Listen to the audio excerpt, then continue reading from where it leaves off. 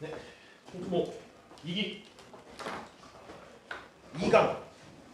5분 12분 출석률이 많이 안 좋군요. 12분 오셨는데 괜찮습니다.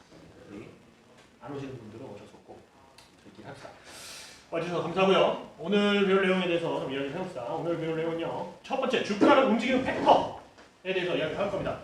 주가라는 게 마음대로 막 자기 마음대로 그냥 널뛰기 하는 것 같지만 사실 다 일관되게 뭔가 이유가 있어요. 주가가 오르고 내리고 주가가 내리고 이런 거에 다 이유가 있습니다. 그 이유 뭐가 있을까 한번 그에 대해서 생각을 해보는 시간을 갖고, 두 번째 이제 그 주가를 움직이는 팩터 중에 하나인 가치투자 방법론에 대해서 이야기할 겁니다. 주가를 움직이는 팩터 중에 가치투자도 있거든요. 그 방법론에 대해서 이야기를 할 거고, 가치투자 방법론을 배우고 나서는 가치투자를 하기 위해서 우리가 뭐가 필요한가 생각해보면 재무제표를 일단 분석을 할 수 있어야지 가치 분석이 가능하겠죠.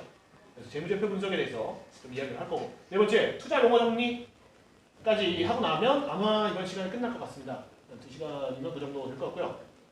시간이 되면 밑에 것까지 할 겁니다.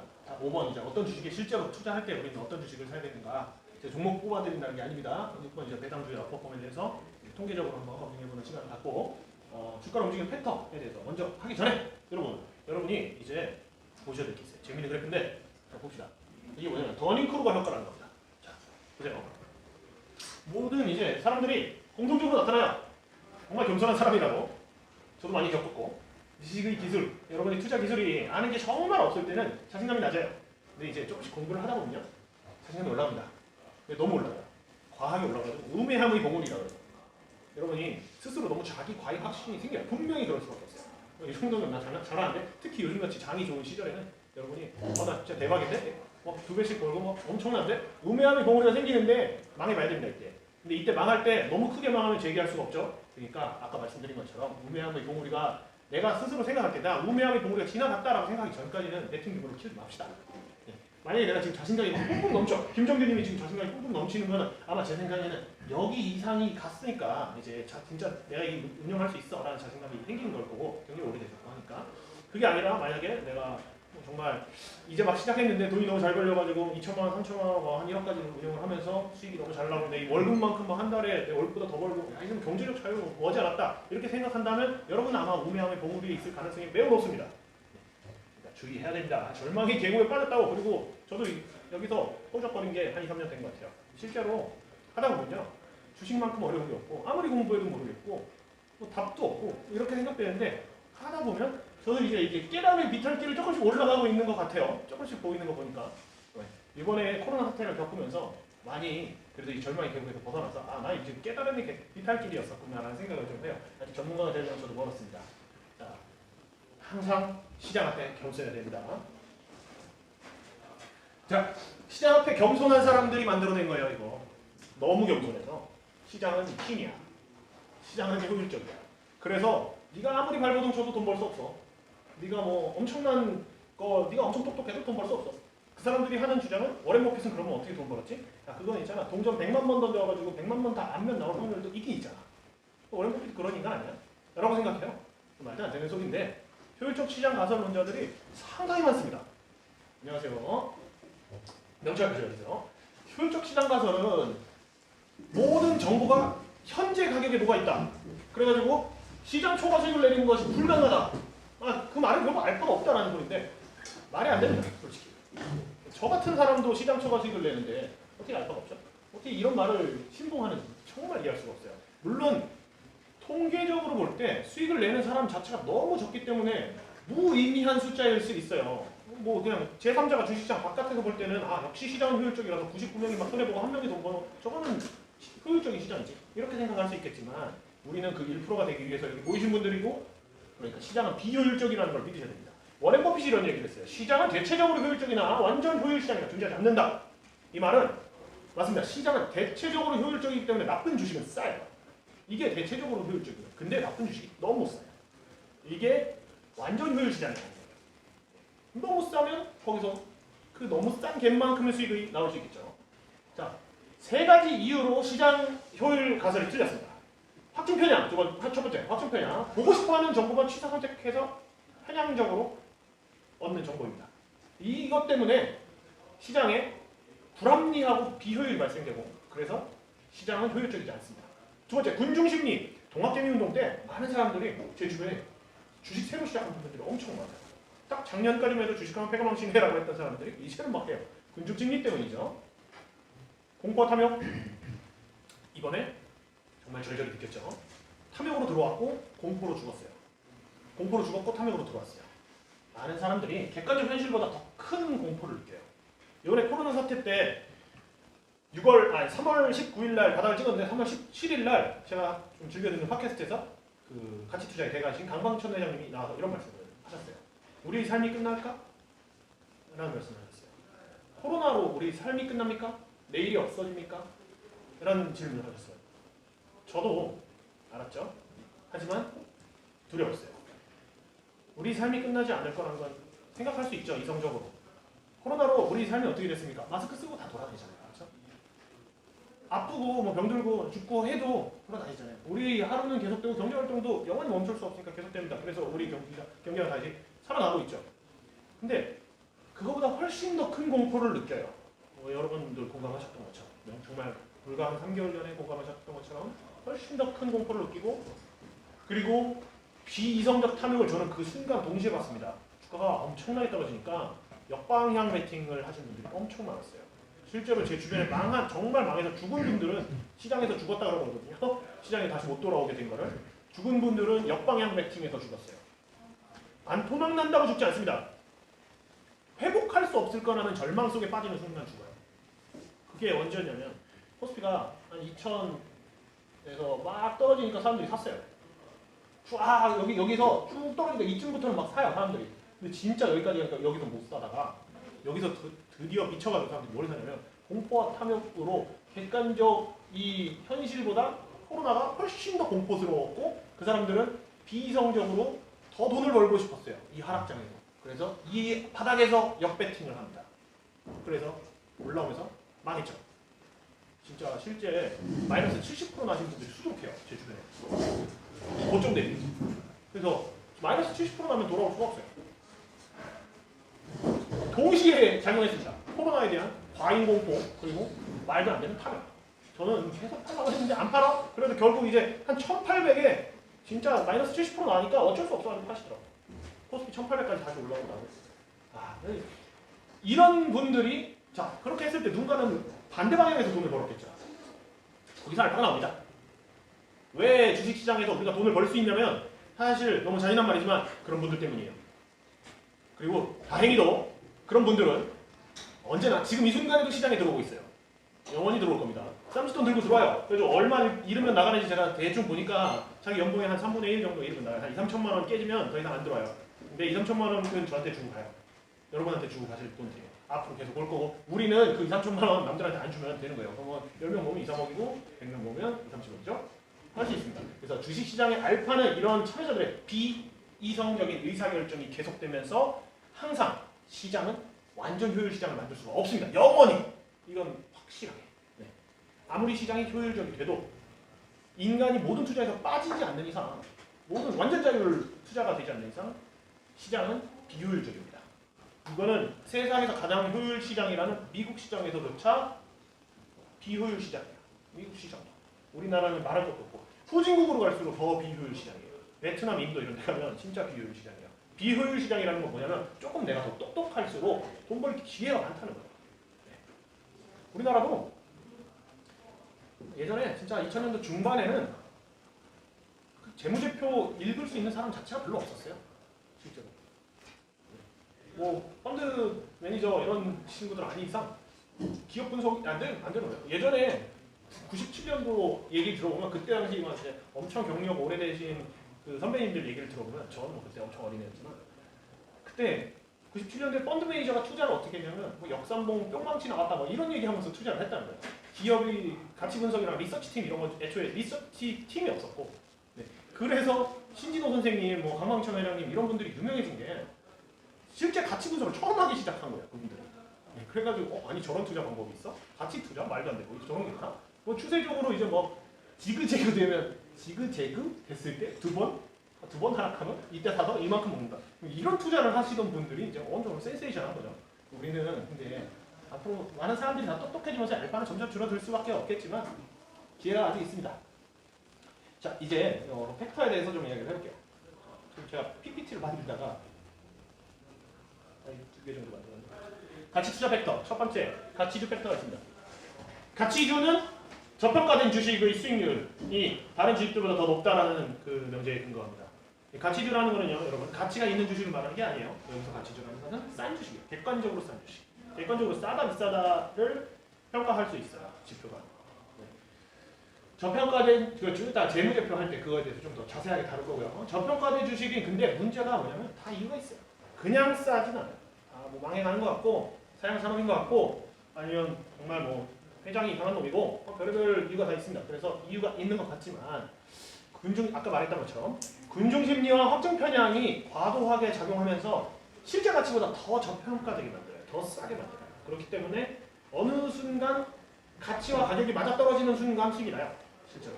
너무 저평가돼 있었으니까. 가치는 여긴데 가격은 여기 정도에 와 있으면 우린 이거 사면 됩니다. 그러면 시간이 그 가치를 우리에게 수익으로 갖다 줘요. 하지만 시간이 필요하겠죠. 결국 가치 투자라는 것은 저평가된 주식을 사서 시간을 수익으로 바꾸는 그냥 되게 단순한 일차 함수예요.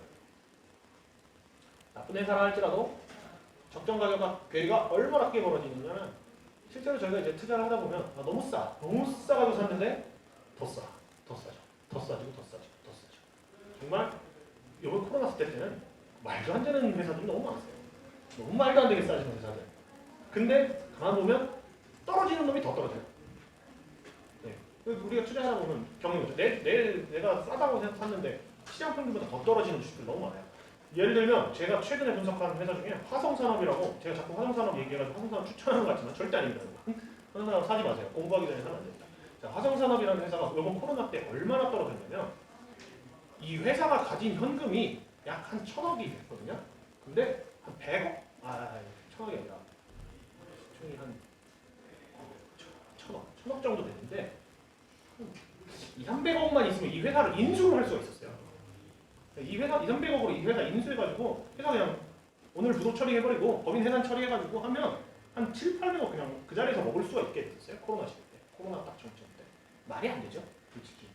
제가 200~300억 있는 사람이면 그냥 오늘 나 M&A 할 거야. 깡패들 데리고 가가지고 도장 찍어 임마. 그래가지고 딱 찍어가지고 가져오면 그 자리에서 한 700~800억 벌어요. 말도 안 되는 기업들인데 이런 기업들이 주식시장에 있습니다. 왜냐면 너무 비이성적이어서. 이런 기업이 어떻게 존재합니까? 사실. 아직도 존재합니다. 그런 기업들이. 어떻게 존재합니까? 왜? 왜 존재할까? 말이 안 되는데. 근데 다들 SK 바이오팜 사고 싶어하거든요. 네.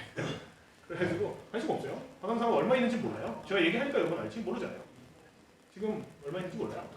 그래서 그런 일이 일어나는데 이런 녀석들이 물론 코로나 사태 때 진짜 더 떨어질 것이 있었어요. 이번에는 시장 전체가 공개할 때는 이 회사의 기업 가치를 보지 않고 그냥 시장 전체를 집어던지니까 공개했지만 평상시에는 좀 덜 떨어지긴 해요. 평상시에는. 물론 이제 추세적 하락 구간이랑 좀 다른 겁니다. 평상시에 왜 덜 떨어지냐면 더 이상 더 떨어질 곳이 없어요. 이게 무슨 말이냐. 떨어지려면 어떻게 됩니까? 누군가를 싸게 팔아야 돼요. 그리고 누군가 그걸 싸게 사야 돼요. 거래가 체결돼야지 가격이 떨어집니다. 근데 더 이상 팔 사람이 없어요. 다 팔았어. 거래가 안 일어나요. 애초에. 그냥 옆으로 같아요. 아무도 거래를 안 해요. 그렇게 되면 안 떨어져요. 주가가. 그 상황까지 간 주식을 만약에 샀다. 기다리면 됩니다. 이제. 거래가 일어난다는 거는 더 떨어지거나 더 팔 사람이 없는 게 어떻게 더 떨어져요. 그렇죠? 누군가가 팔 때 그걸 사야 되는데 그러면 가진 사람들은 이제 나는 이 가격 이하는 안 팔겠어 라는 사람들이잖아요. 그렇죠? 그 사람들이 이제 어느 정도 가격을 조금씩 올려가면서 팔 때 그걸 누군가 살 사람이 있으면 가격이 올라가는데 관심이 없다? 안 팔려요 또. 가격이 옆으로 그냥 미는 거죠. 그런 종목에서는 아주 작은 반전도 엄청나게 큰 효과를 낼 수가 있어요. 그렇죠? 정말 망하는 회사인 줄 알았는데 아무도 관심 안 가진 회사였는데 갑자기 다른 회사들은 막 쭉쭉 잘 나가는데 이 회사는 그래도 그냥 정말 돈도 못 벌고 벌다가 이번 분기에 갑자기 돈을 좀 벌었네? 왜 그러지? 근데 다음 분기에 조금 더 벌었네? 갑자기 사람들이 인식이 바뀌어요. 망할 회사인 줄 알았는데 안 샀는데 망하지 않겠네? 그렇다면 이 회사에 있는 현금이 이제부터 보이기 시작하는 거야. 그럼 이제 매수 세력이 붙고 그만큼 주가가 올라가요. 이게 가치주 팩터의 작동 원리입니다. 예, 단순해 보이지만 우리가 실제 가치주 투자를 한다는 것은 너무 어려워요. 물론 가치 투자에 대해서 지금 설명하려고 왔지만 너무 오래 걸립니다. 그 기간이. 그러니까 우리는 조금 더 현명하게 그 기간이 조금 짧아질 수 있는 그런 종목들을 찾는 방법에 대해서 여러 가지 방법론들을 통해서 좀 이야기를 해볼게요. 그냥 무조건 싼 거 힘듭니다. 투자하기. 5년 기다리기 힘들어요. 두 번째 우량주 팩터라고 있어요. 이건 제가 지금 그냥 제 상상의 아래로 말하는 게 아니고요. 퀀트 이제 계량 분석으로 통계 분석을 해보면요, 회계 분석을 해보면 나옵니다. 실제 어떤 팩터에서 어떤 수익률이 나온다, 어떤 주식은 향후 6개월 후 어떤 흐름을 보인다. 이게 그냥 통계적으로 검증이 되는 이야기들을 하고 있는 거예요. 근데 이 우량주 팩터라는 게 뭐냐면 시장 평균보다 당연히 높은 수익률일 거예요. 이거 너무 당연한 명제 같지만 문제가 뭐냐면 가격이라는 게 여기 빠져 있습니다. 우량하다 하면 당연히 비싸지 않을까요? 그렇죠? 비싼 주식이 시장 평균보다 높은 수익률을 보인다고? 그건 좀 아닌 것 같은데, 그렇죠? 그래서 되게 신기하게도 최우량주는 향후 수익률이 별로 안 좋아요. 2등급 우량주들이 좋아요. 초우량주는 수익률이 많이 안 좋고 2등급 우량주들이 좋아요. 우량주를 예를 들어서 뭐 우량성 지표를 하나 딱 정해서 1등부터 10등까지를 쭉 내려보면 오히려 1등 수익률보다 2등 수익률이 더 좋은 경우가 왕왕 많습니다. 그렇죠? 왜냐면 1등 너무 비싸 이미. 그래서 수익이 안 나는 경우가 있고, 그래서 추가 수익을 기대하는 것이 쉽지 않아요. 그런 거에 대해서 그러면 2등 사면 되지 쉽네? 이렇게 생각하실 때 2등의 기준을 대체 어떻게 먹을 겁니까? 그렇죠? 이거를 뭐 확률적으로 해가지고 뭐 2,000 종목을 10등분 하면 200종목씩 등분이 되겠죠? 그러면 200등부터 살 거야? 이거 너무 좀 어려운 이야기죠. 왜냐면 시장이 어려운 상황에서는 우량주의 그 상대 등수는 같겠지만 실제로 이 회사가 200등이라고 해서 뭐 작년에 정말 경기 좋을 때 200등이나 경기 안 좋을 때 200등이나 우량성 지표는 완전히 다른 거예요. 그렇죠? 그러니까 그런 식으로 할 수는 없어요. 우리가 이제 같이 투자를 할 때. 그럼 여기서 우리가 고려해야 될 것들을 좀 생각해 봅시다. 재무적 우량성이 입증된 주식을 우량주라고 하는데, 우량주에서 고려해야 될 재무적 우량성은 이런 것들입니다. 이익이 지속적으로 증가하는가, 그리고 이익률이 안정적으로 보장되는가, 그리고 이익률이 업종 평균을 상회하는가. 이게 이익률이 업종 평균을 상회한다는 것은 해당 산업에서 경쟁력이 있는 기업이라는 소리예요. 뭐 너무 당연한 얘기죠. 우리 마진율이 좋은 식당은 그렇게 팔아도 남으니까 하겠다는 거죠. 그죠? 경쟁률이 더 맛있으니까, 우리는 맛있으니까 마진율 80% 남길 거야. 너네는 70% 60% 남겨서 가격 경쟁해라. 우리는 안 할 거야. 라고 할 수 있는 기업만, 우수한 기업만 이익률이 업종 평균을 상회합니다. 이자 발생 부채 비율이 적정한가? 이거 생각해 봐야 되는 문제인데, 부채가 많을 수 있어요. 부채가 많을 수 있는데 기업에 따라서, 업종에 따라서 은행업도 있고 뭐 항공산업도 있고 부채가 그냥 고질적으로 많은 업종들이 있습니다. 근데 거기서 중요한 거는 내가 이 빚을 이게 중요한 게 아니라 그 빚으로 투자를 해서 내가 이자 내는 거 이상은 벌어들여야 될 거 아니에요. 그렇죠?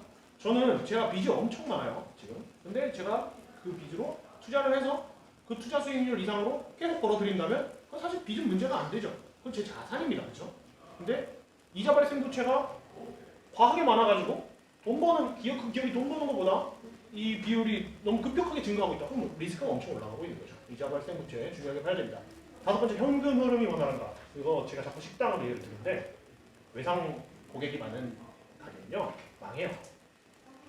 망하는 것뿐만 아니라 외상 고객이 많다라는 거는요 이 기업이 경쟁력이 없다는 거예요. 경쟁력이 있으면 야 외상 고객 오지 마 꺼져 이렇게 해버리면 되는데 아쉬우니까 외상 고객도 받는 거거든요. 현금 흐름이 원활하지 않다는 거는 매출 채권이랍시고 지금 돈 입금 안 해주고 달아놓은 돈이 많다는 뜻이에요. 그래서 현금 흐름이 좋은 기업은 매출 채권 회수가 빨리빨리 된다는 소리고, 현금 흐름이 자꾸 알겠어요.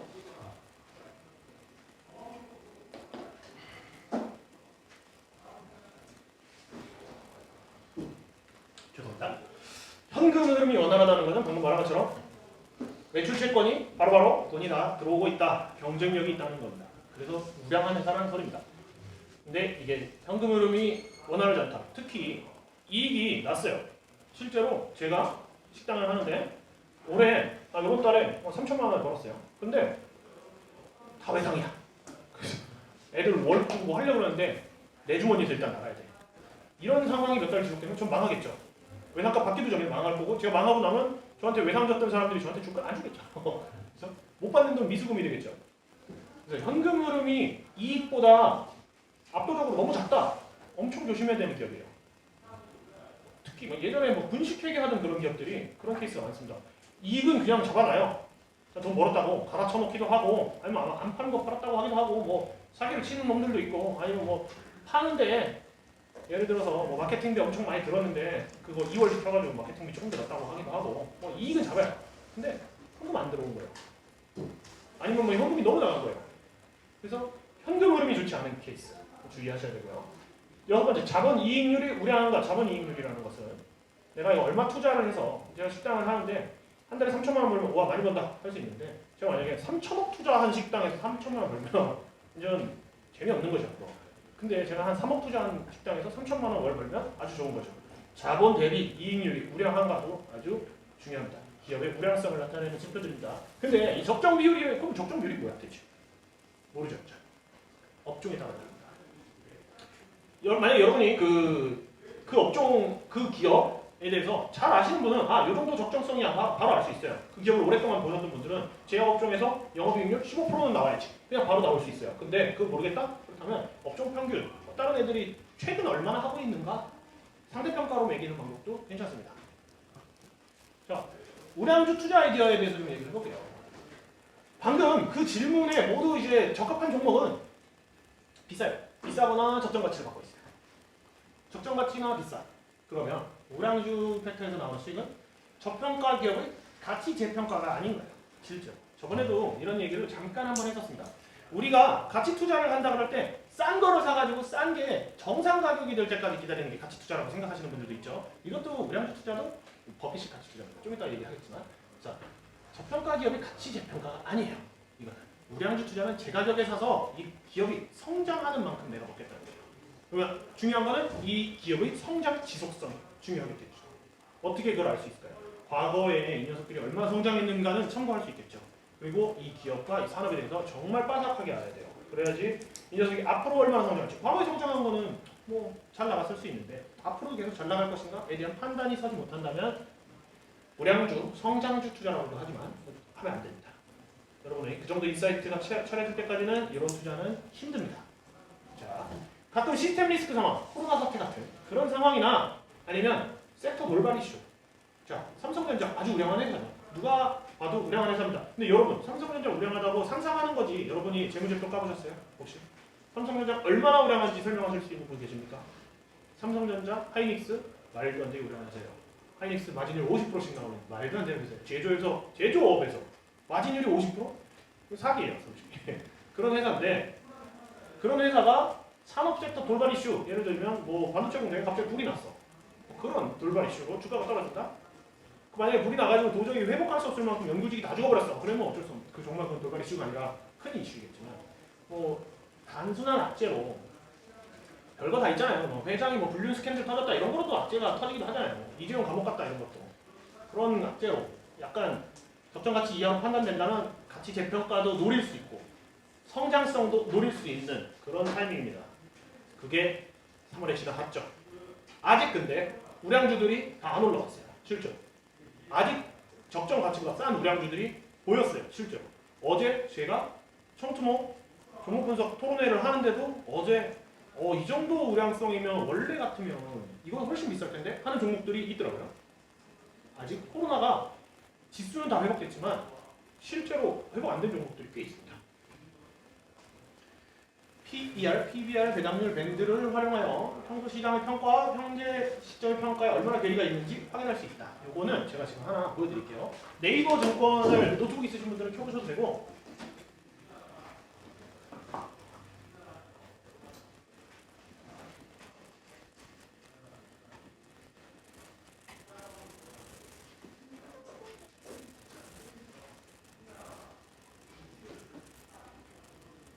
삼성전자 해서 들어가면요. 여기 종목 분석 탭이 있습니다. 종목 분석 탭에 이런 차트가 나와요. 이거는 투자 참고용으로 상대적으로 지금 가격이 싸다 비싸다 정도를 알 수 있습니다. 자 보시면 PER, PBR에 대해서는 아직 제가 용어 정리해서 좀 더 구체적으로 설명을 드릴 거지만 대충 다 아시리라고 믿고 얘기를 해볼게요. PER이라는 거는 시장의 프리미엄입니다. 그렇죠? 시장이 이 종목을 프리미엄을 몇 배를 줄까 결정하고 있다는 건데 PBR도 마찬가지죠. 시장의 프리미엄이죠. PBR로 볼게요. 이거보다 이게 더 보기가 편하니까. 자, 이 밴드라는 거는 최근 17년부터 시작되겠네요. 17년부터 지금까지 이 종목의 시장 프리미엄이 요 빨간 선에서 이 주황선 사이였다라는 소리. 상대적으로 지금 여러분 두 번째 선이니까 그렇게 높지도 않고 그렇게 낮지도 않은 적정한 선이죠. 그렇죠? 근데 여기까지 왔으면 사야 되죠. 그렇죠? 이게 아마 3월일 것 같네요. 3월. 여기서도 지금 평상시보다 여기 가운데가 적정 그냥 밴드라고 한다면 이 정도에서는 상대적으로 지금까지 평가받는 것보다 좀 싼데? 라고 생각할 수가 있겠죠. PBR 밴드는 그렇고 PER 밴드도 보면 PER은 왜 이게 이렇게 들쭉날쭉하고 얘는 왜 이렇게 매끈할까요? 얘는 자산 쪽입니다. 자산. 그리고 얘는 이익이에요. 자산은 이미 벌어놓은 돈이기 때문에 그렇게 확 흔들리지 않아요. 근데 이익은 안 팔리면 확 이런 분기 좋았다가 다음 분기 안 좋았다 그럴 수가 있기 때문에 안녕하세요. 변동성이 좀 큰 편이죠. PER 밴드와 PBR 밴드의 변동성 차이 좀 이따가 좀 상세 설명을 드릴게요. 이걸 통해서 우리가 상대적으로 싸고 비싸고를 좀 알 수 있겠다. 상대적으로입니다. 그 종목이 과거에 비해 상대적으로 다른 종목과 비교할 수 없는 거예요. 이거는 그쪽 업종을 자기가 알고 있는 게 아니고. 자, 세 번째 배당주 팩터에 대해서는 이거 한글파에 좀 자, 여러분 그 책 읽으셨습니까? 노란 책? 배당은 절대 거짓말하지 않는다. 읽으신 분 손 들어주세요. 많이 읽으셨네요. 읽으셔야 돼요. 여러분 그거 읽으셨다는 가정하에 제가 책을 이제 추천을 드리는 거는요. 그거를 읽었다라는 가정하에 다음 강의 진행돼요. 그래가지고 안 읽으시면 다음 강의에서 좀 생뚱맞은 내용이 나오는데 미리 예습을 좀 하시는 거예요. 그 책을 통해서. 배당주 팩터. 너무 당연하죠. 배당 주는 회사랑 배당 안 주는 회사 크게 나눠볼게요. 배당을 주는 회사라는 거는요. 주주에게 나눌 마음이 있다는 겁니다. 자, 여러분 주식 투자를 해서 아까 제가 말씀드렸죠. 성장의 과실을 나누는 거. 근데 어떻게 나눕니까?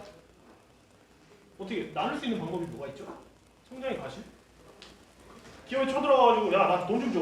너 성장했잖아. 그런다고 주지 않잖아요. 주가가 올라가야지 내가 돈을 벌고. 근데 주가가 왜 올라가요?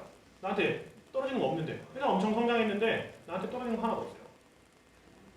주가가 왜 올라가겠어요? 주가 안 올라갑니다. 이론적으로 안 올라가야죠. 그렇죠? 주가랑 기업의 자산이랑 완전 별개예요, 사실. 그거 M&A 할 때만 영향이 있는 거잖아요. 그렇죠? 이 기업이 돈을 엄청 벌어요. 엄청 버는데 내가 주주인데 나한테 한 푼도 안 줘. 그럼 주가가 올라갈 이유가 있습니까? 없죠. 근데 이 주식을 살 이유가 있습니까? 없죠. 이 주식이 돈 잘 버는 거랑 내 인생이랑 아무 상관이 없게 되는 거예요.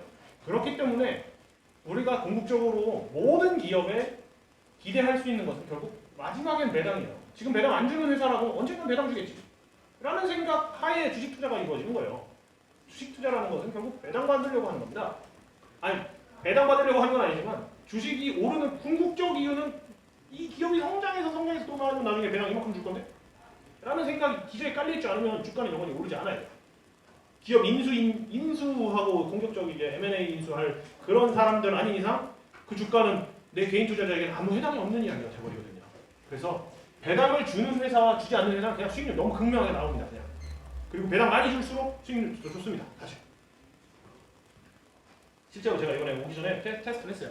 국내에 배당을 주는 회사랑 배당 안 주는 회사랑 5등급으로 나눴습니다. 2,000 종목 중에 이제 5등급으로 나눴으니까 400종목씩이겠죠. 400종목씩 했을 때 1등부터 400등까지는 이 정도 수익률이고요.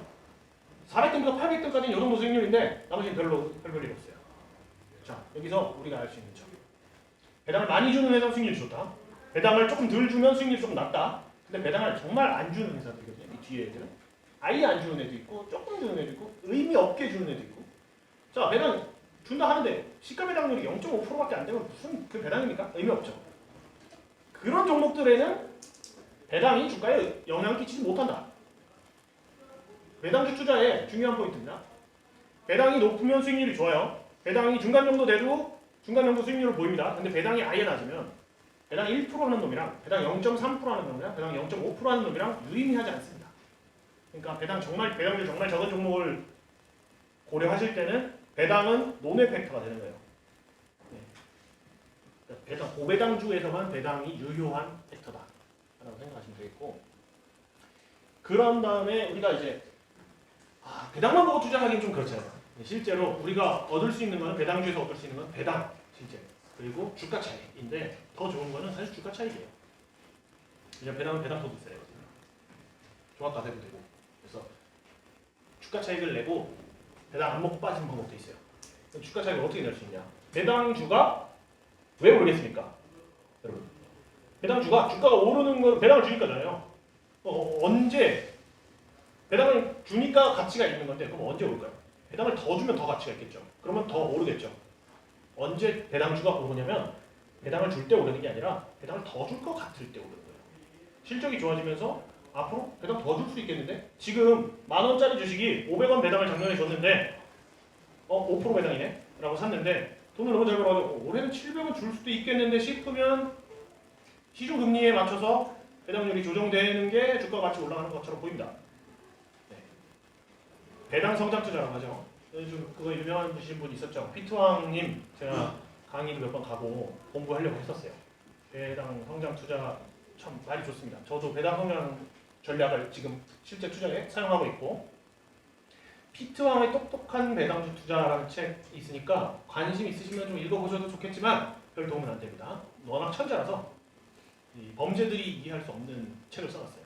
그 마치 이렇게 하면 될 거라고 써놨는데 사실 그거는 좀 천재의 패러독스가 있는 것 같고 고배당주에 그냥 투자하는 것보다도 고배당주가 이익을 더 잘 내고 있을 때 배당 증액을 기대하고 투자하는 배당 성장주 투자 전략이 유효할 수 있다라는 것에 대해서 배당주 팩터에서 얘기해 봅시다. 그리고 제가 배당 투자로 같이 투자할 때는 거의 저는 배당 투자 그리고 엄청 싼 고배당주 투자를 했었는데 그 중에서도 좋아했던 게 석유화학 주식이었어요.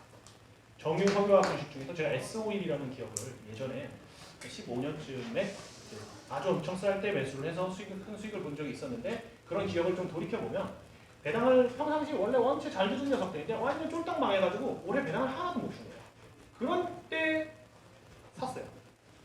왜냐면 이 녀석은 돈만 벌면 줄 거거든요. 네.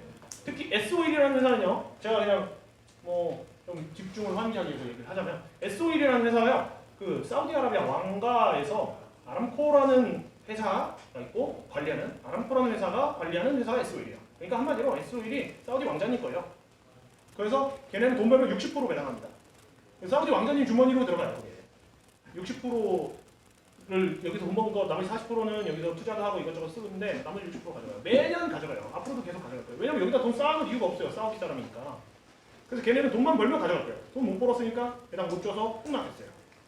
근데 뭐 그때 뭐 석유화학이 이제 다시 막 회복하는 추세였고 뭐 여러 가지 저도 이제 산업 사이클에 대해서 좀 공부를 하고 투자를 한 거지만 제 기대보다도 훨씬 더 많이 수익이 나가지고 수익이 났다는 게 그 기업이 수익을 더 많이 내가지고 제가 매수가 대비 배당을 13% 넘게 나갔어요. 배당만 그래가지고 배당만 13%가 넘고 주가 차익은 2배 많이 넘었습니다. 그래서 그런 배당 성장 투자를 했었는데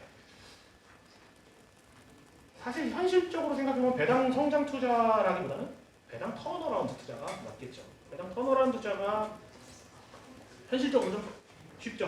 배당 성장 투자는 진짜 성장하는 기업에 우리가 인사이트가 있어야 되고 내년 다음 분기 실적이 어떻게 되는지 정말 예측이 맞아야 되잖아요. 턴어라운드 하는 건 그냥 뭐 실제로 진짜 턴어라운드 하고 있는지 보면 되니까 망했던 기업을 다시 어차피 석유화학 산업이 뭐 1, 2년 안에 망할 게 아닌 이상 정말 요즘 같은 타이밍 제가 주식 사라고 추천하는 건 아니고요. 제가 딱 투자했던 타이밍이 요즘 같은 타이밍에서 회복하기 시작한 순간이었어요. 정제 마진이 올라오기 시작한 순간 석유화학 산업이 다시 좀 살아나려고 했던 순간 지금 배당 아마 못 줄 거예요. 지금 정말 개판돼가지고 아마 올해는 배당 내년 배당은 없을 것 같아요. 생각해보면. 근데 이제 회복하기 시작하는 순간 정말 큰 주가 차익도 기대할 수 있다. 그게 배당주 투자의 장점이에요. 그리고 일단 마음이 편해요. 배당 주니까 배당이라도 먹어야지. 그런 생각이 듭니다. 자, 나머지 팩터들은요. 우리가 투자에 활용하기는 좀 어렵지만 알긴 알아야 됩니다. 그래서 좀 간단하게 심플하게 좀 넘어갈게요. 어떤 주식은요. 계절성에 영향을 받는 주식들이 있어요. 요즘 아이스크림 주식들 그리고 복날 전에 되게 웃긴 게도 할인 주식이 오릅니다. 마니커 이런 주식이 올라요. 사실 복날이라고 닭을 많이 먹는다고 할인이 돈을 더 잘 벌거나 그런 건 아니거든요. 실제로. 뭐 그게 그렇게 큰 영향을 끼치지 않아요. 1년 중에 닭 파는 거 중에 뭐 복날이라고 그리고 복날에 닭 많이 팔린다고 주가가 그날 오르는 게 말이 됩니까? 그게 전부터 닭을 더 사놓을 텐데 다. 그런데도 시장은 비이성적이고 언제나 바보들은 들어오기 때문에 여름에 아이스크림 주식 오르고 미세먼지 많을 때 마스크 주식 오르고 그렇게 계절성이 있습니다.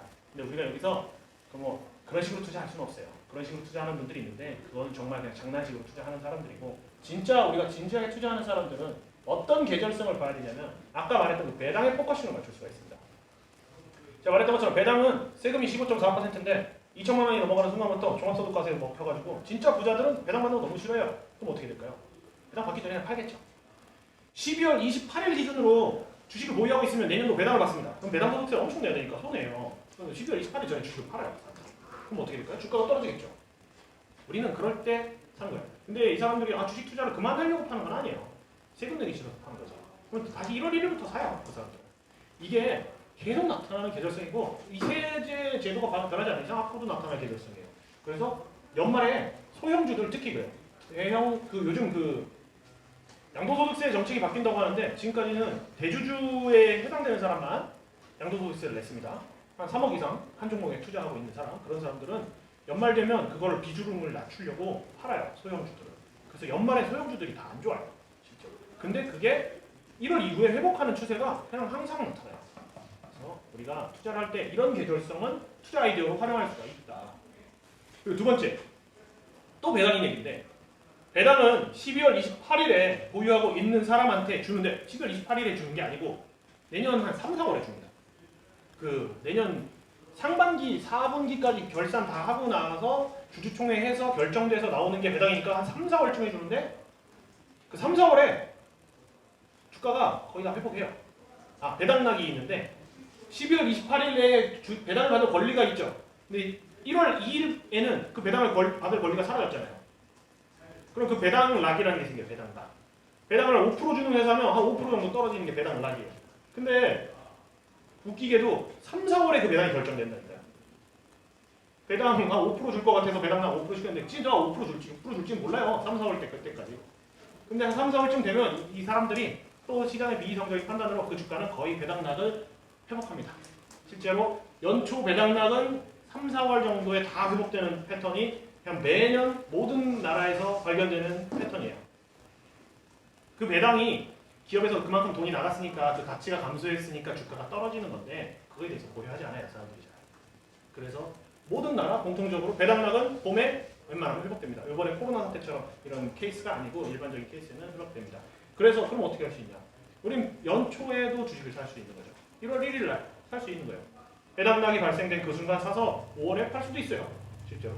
그러면 아까 첫 번째 대주주 이슈 때문에 연말이 될수록 주식을 파는 사람들 그래서 주가가 떨어지고 근데 5월에는 배당락이 회복된다. 이 두 가지 아이디어를 접목시켜가지고 나온 투자 전략이 Sell in May 전략이라는 거예요.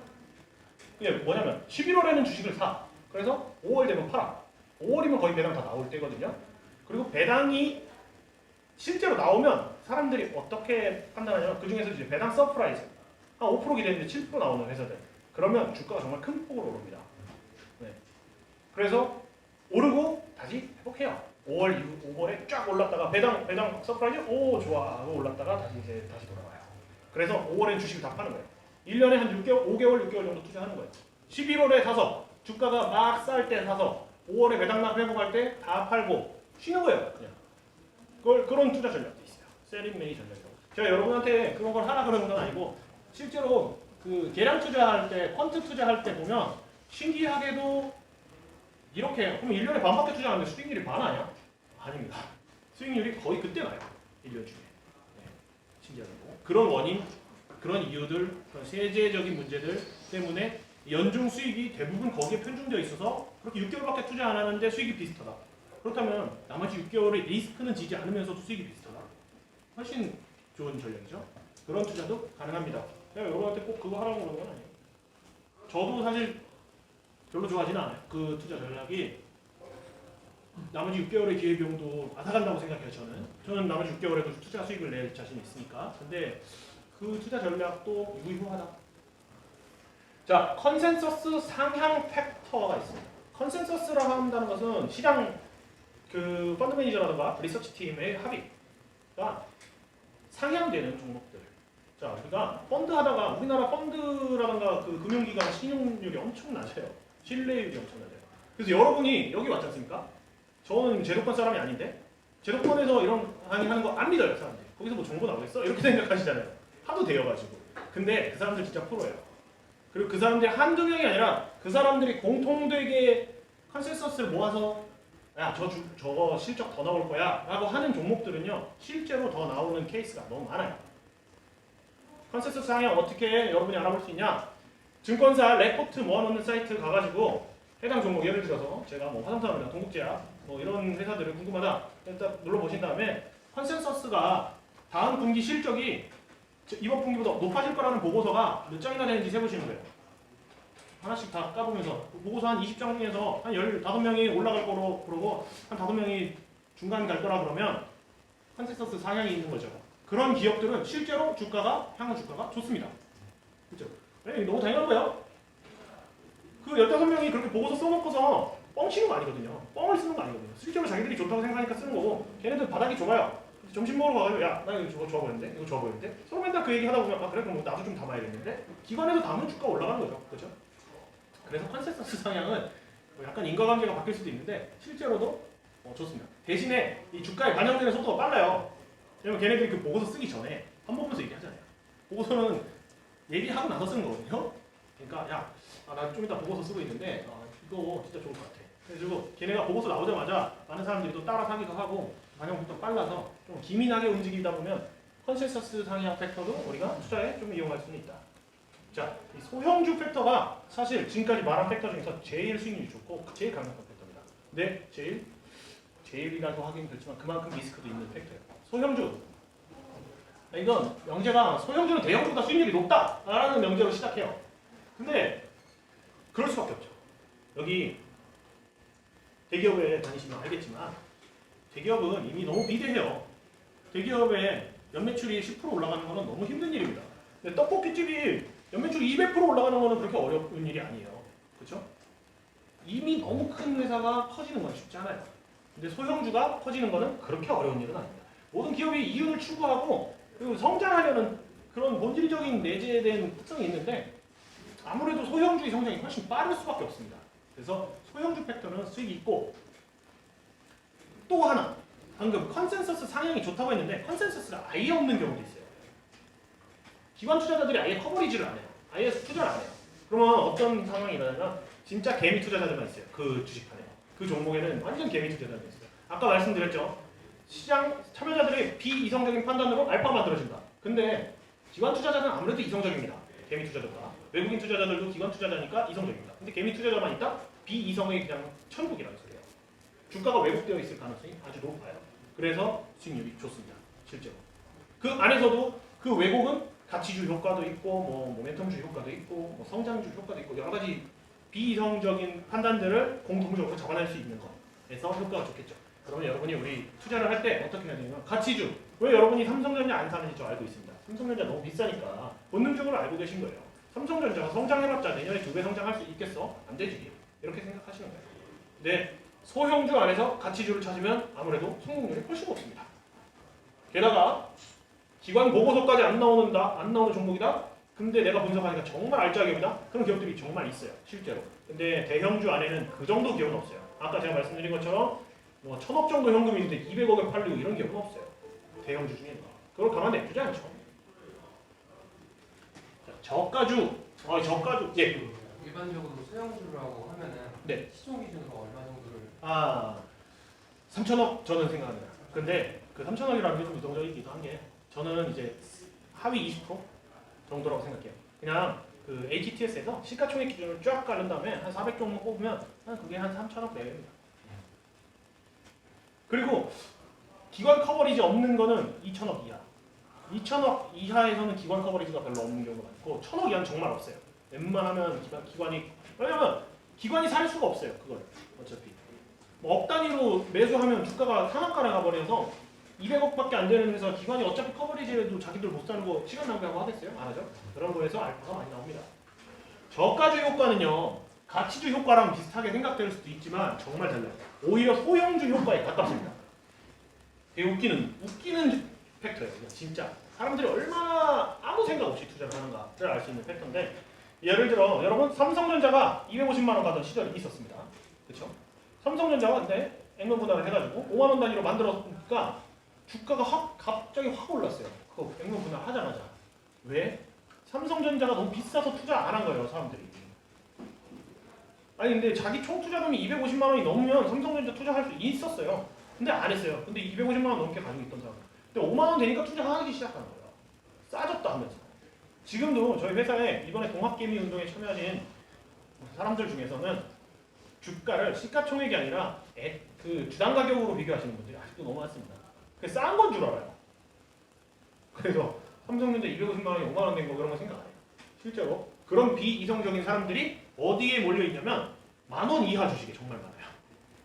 이거는요, 이게 무슨 말이 되냐? 이렇게 생각하실 수 있는데 실제로 백테스팅을 해보면 엄청 좋아요, 수익률이. 10,000원 이하 종목이 10,000원 이상 종목보다 똑같은 팩터 안에서도, 똑같은 가치주 안에서도 가치주 상대 등수가 거의 비슷한데 한 2,000원 하는 종목의 향후 수익률이 훨씬 좋아요. 한 5만 원 하는 주식. 왜냐면 그만큼 정말 비이성적인 사람들이 많이 들어와 있다. 뜻이기도 합니다. 저가주 팩터. 이거는 그 박성일 님이 쓰신 주식시장을 이긴 전략들이라는 책에 되게 메인으로 소개되고 있는 전략 중 하나입니다. 근데 문제는 무조건 싸다 그러면 수익률이 좋냐? 그건 아니에요. 무조건 싼 주식은 수익률이 좋은 건 아니죠. 왜냐면 주가가 만약에 한 1,000원 이하다 이런 거는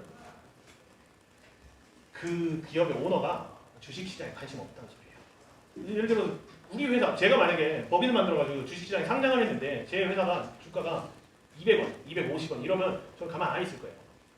액면 합병을 해가지고라도 2만 원대로 저 만들고 싶어요. 아니 쪽팔리잖아요, 솔직히. 근데 관심 없는 거예요. 그만큼 주식 관리하지 않겠다, 그 회사가. 그냥 주식시장을 네가 알아서 골라라.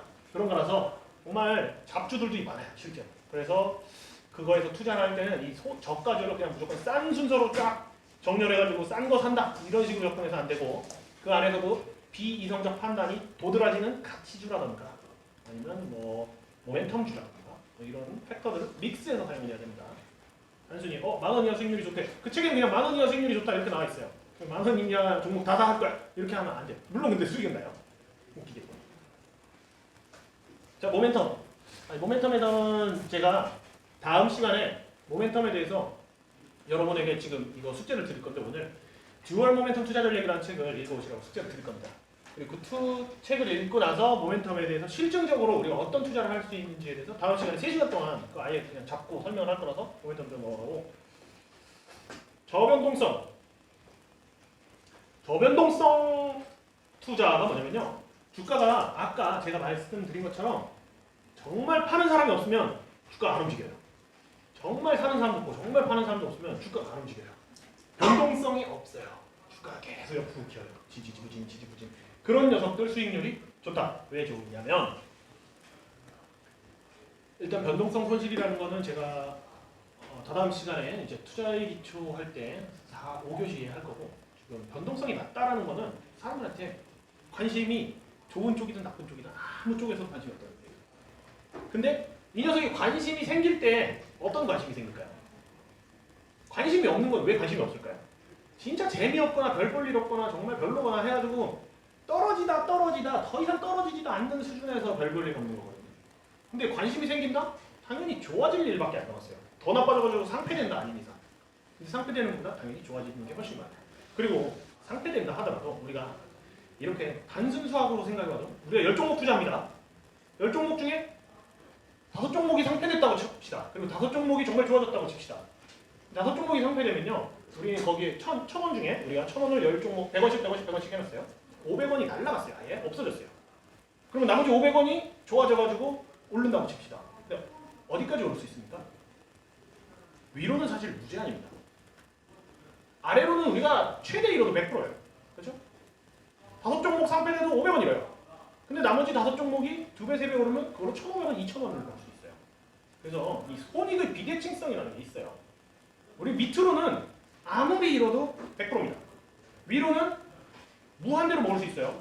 이게 숏배팅을 하면 안 되는 이유기도 합니다. 여러분이 숏배팅을 했을 때, 역방향 배팅을 했을 때 먹을 수 있는 최대한의 금액은 내가 투자한 금액의 딱 2배예요. 여러분이 혹시 이번에 인버스 레버리지 뭐 이런 거 하실 생각이 조금이라도 있으셨던 분들은 그건 그냥 홀짝 게임을 하십니다. 차라리 그냥 정상 가세요. 그게 훨씬 나을 거예요. 네, 왜냐면 내가 먹을 수 있는 건 이만큼인데 잃을 수 있는 거는 무한이에요. 사실상 쇼베팅이라는 게. 그래서 선물하다가 뭐 빚이 수십억이다 이런 사람들 그것 때문에 그런 거예요. 밑으로는 무한, 위로는 조금 열어놓고. 밑으로는 무한? 왜 그런 투자를 합니까? 우리는 밑으로는 망해봤자 100%, 위로는 2, 300%인 그런 투자를 해야죠.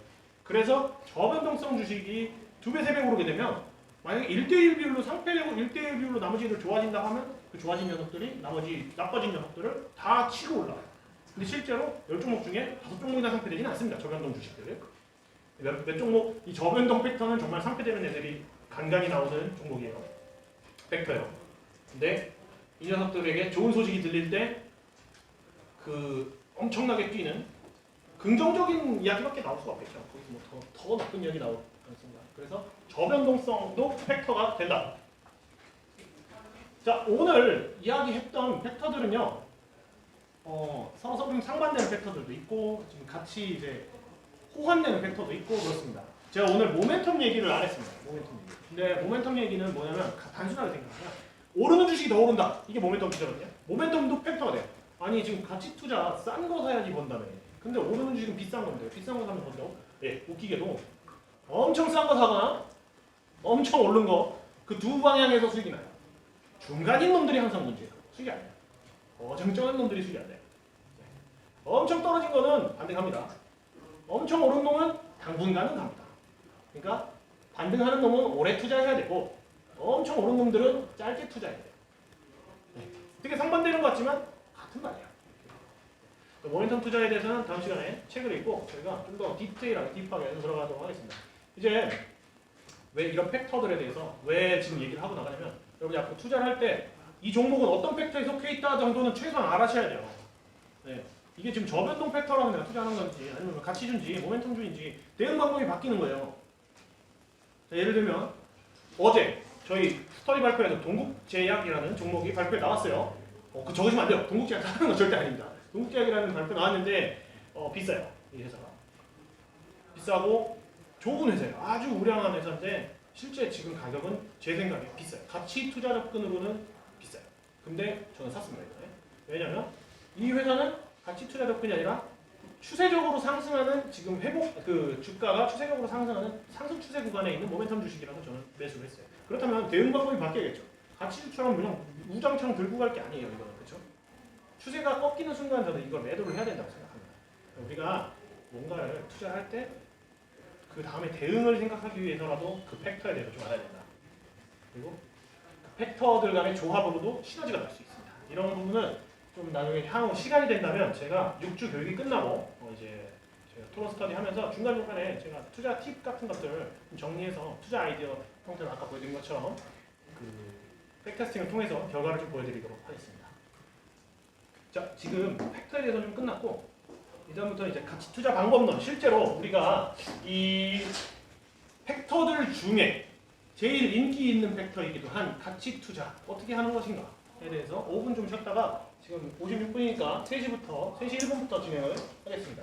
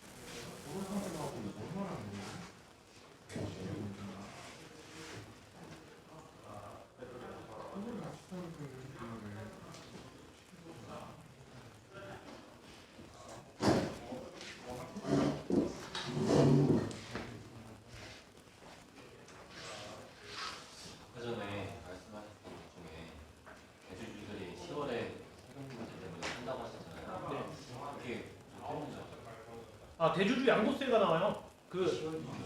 아니요 12월 기준인데 12월 달에 그 주식시장이 너무 많아서 그거를 단기간에 뭐 하루 만에 이틀 만에 팔 수가 없어요. 그래서 네, 찬바람 불면 슬슬 팝니다. 아 그게 제가 말하는 대주주 양도소득세 진짜 대주주가 아니고요. 큰손 개미들 있잖아요. 돈 많은 분들. 그 사람들이 사실 대주주가 아닌데 이 법이라는 게 껴가지고 그 사람들은 양도소득세를 걷어요. 연말 기준으로 그걸 가지고 있으면 그건 특정 인물 기준으로 하나 보다. 특정 인물은 아니고 지분이 몇 프로 이상 아니면 뭐 3억 이상 뭐 소형주의 경우에 3억 이상 그런 투자. 근데 돈 많은 양반들 뭐 3억 이상 투자하죠. 그런 분들 세금 내기 싫어가지고 연말 전에 털고 다시 연초에 다시. 저 혹시 오늘 강의하고 계신 거 네. 유튜브나 그쪽 보고 계시나요? 네, 예. 근데 편집이 좀 시간이 걸려가지고 아 그래요? 예, 제가 하는 건 아니고. 아 제가 지금 네. 업무를 좀 보고 있어가지고 수업을 잘 못 듣고 아, 있어서 들을 수 예. 있는 방법이 없어요. 제가 그게 올라올 건데 좀 늦게 올라요. 예, 좀 늦게. 네. 그러면 제가 네. 공유 안 한다는 대해서 그냥 좀 업무를 보내주시면 안 돼요? 아, PPT요? 아 이거 동영상. 동영상 원본이요? 아, 예, 보내줄 수 있죠. 아 네, 네 감사합니다. 네, 감사합니다.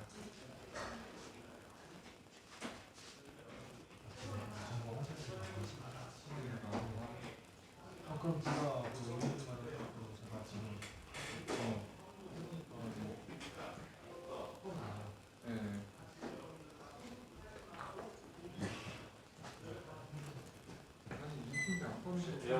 좀만 높였어요. 예, 예, 그거 됩니다. 아니요, 그거 아니고요. 제가 드릴게요.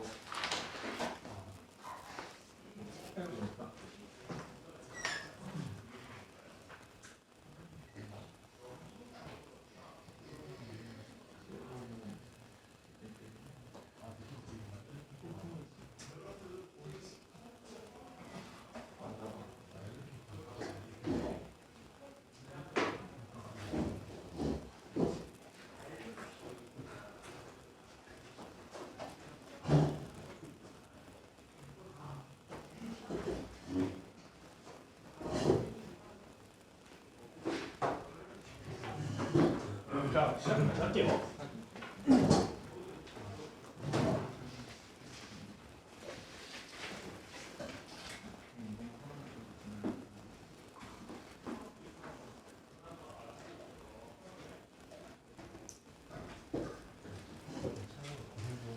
문 좀 닫아주시겠어요, 뒤에? 네. 아, 이거 안 오셨구나.